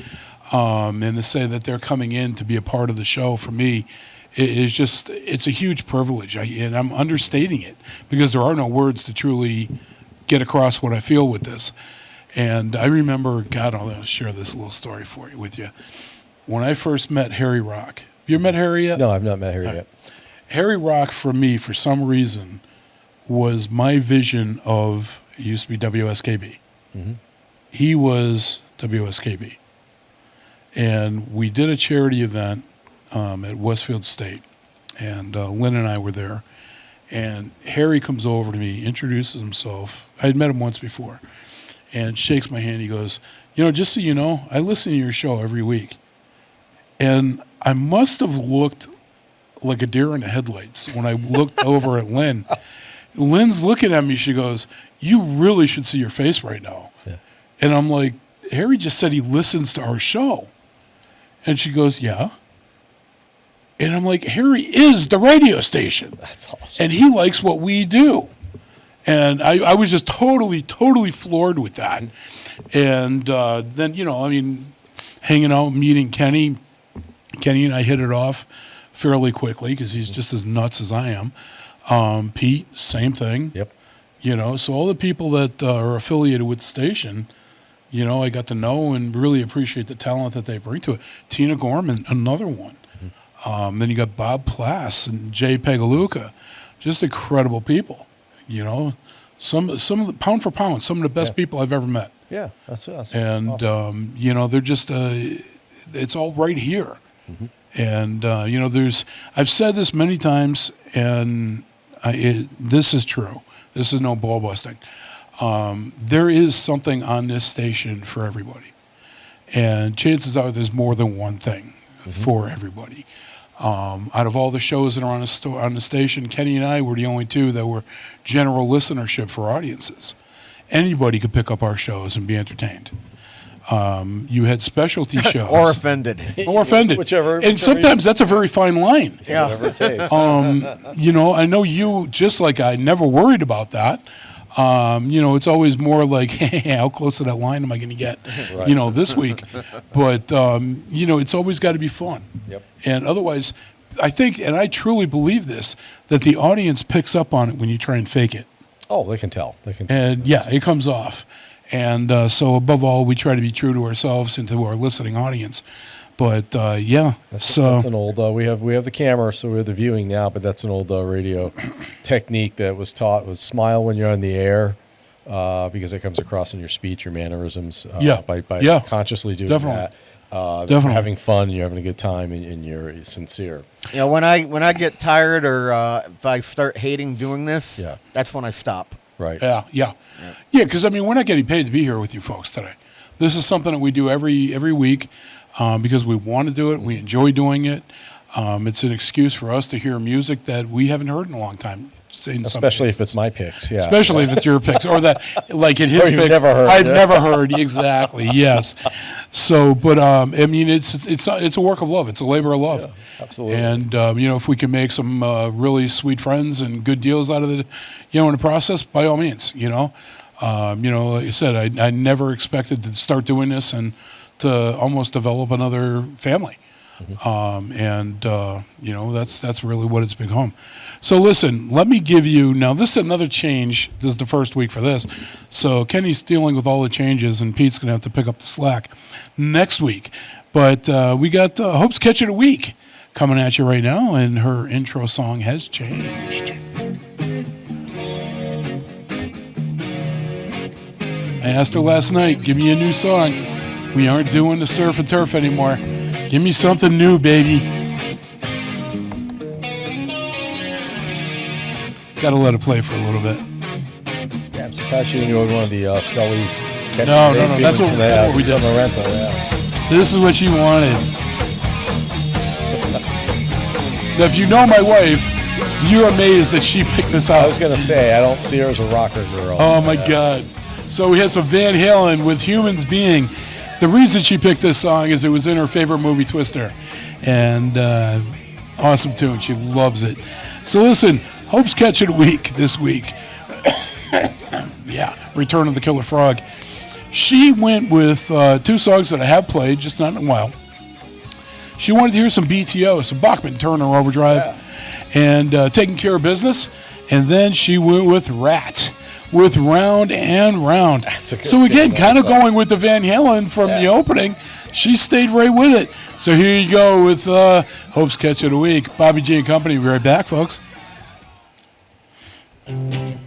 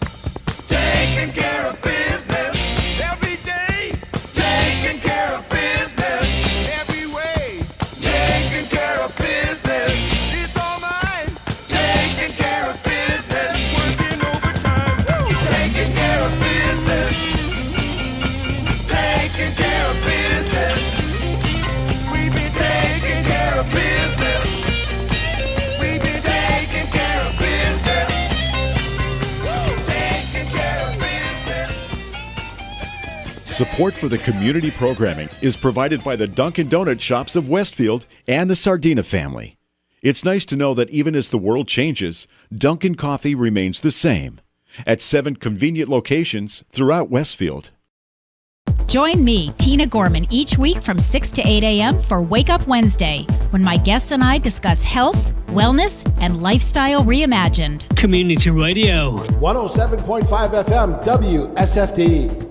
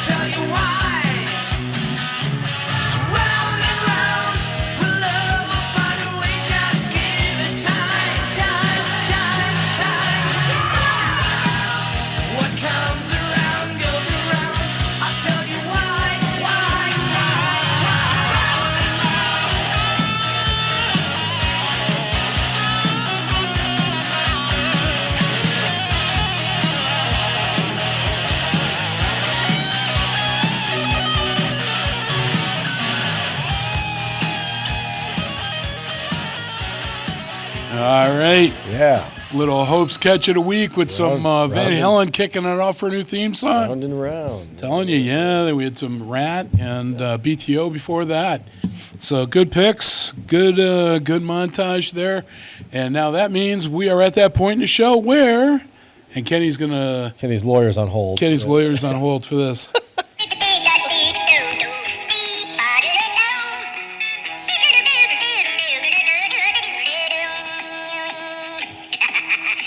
Even though it's the hamster dance, so Kenny can't really claim that. Although, from what I understand, he does use it. I also do use it, too, as you see there. So this is Amy's father's terrible dad jokes of the week. Now, the first, 3 out of these 4 I would classify as Amy. The one of them, and I'll tell you which one, is my granddaughter, Allie, who is... she's 7, 8, right around her. God, I don't even know. Well, let me figure this out. Jasmine's 9, so Allie's got to be 8. Yeah. So okay. So this was her dad joke that she shared. So we'll get to that one in a minute. Here's your first one. What do you call a fake noodle? What do you call a fake noodle? It's an impasta. Impasta. Kind of sounds Italian. Oh, stop. Now you find it. Now you find the damn thing. He's been going through the files between songs. Yeah, exactly. No kidding. Thought he disappeared there for a minute. Hey, why do we tell actors to break a leg? And this may actually be true. I'm not sure. But it's a dad joke, but it may actually be true. Don't know. Because every play has a cast. I don't know if that's true or not. So this is a good one. This is Allie's dad joke. So you better laugh. So be kind to a child. That's right. Why did the tomato blush? And I actually remember her telling me this on the phone. And she was laughing her little ass off. That was so funny. Why did the tomato blush? Because it saw the salad dressing. That's actually a classic old one, yeah. It is. It's a classic old one. That's but good. It came out of Allie's mouth, which made it makes it funnier. Even funnier for me. So classic old, he's talking about that. Why do the mushrooms always get invited to all the parties? Because they're fun guys. Come on. Come on. That was good. Excuse me. All right. And we know Pete's... the mopey trumpet. Yeah, Pete's done doing his poo-poo undies.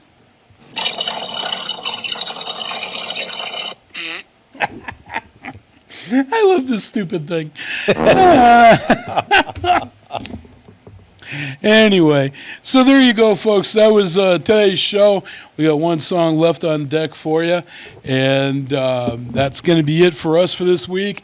So thank you for joining us. Thank you for going along for the ride, and hey, I hope you guys had fun with it. The lunatics taking over the asylum. We now return the station to its regularly scheduled programming, and right after this song anyway. Ooh, hiccups. Good time for them. So listen, thanks again.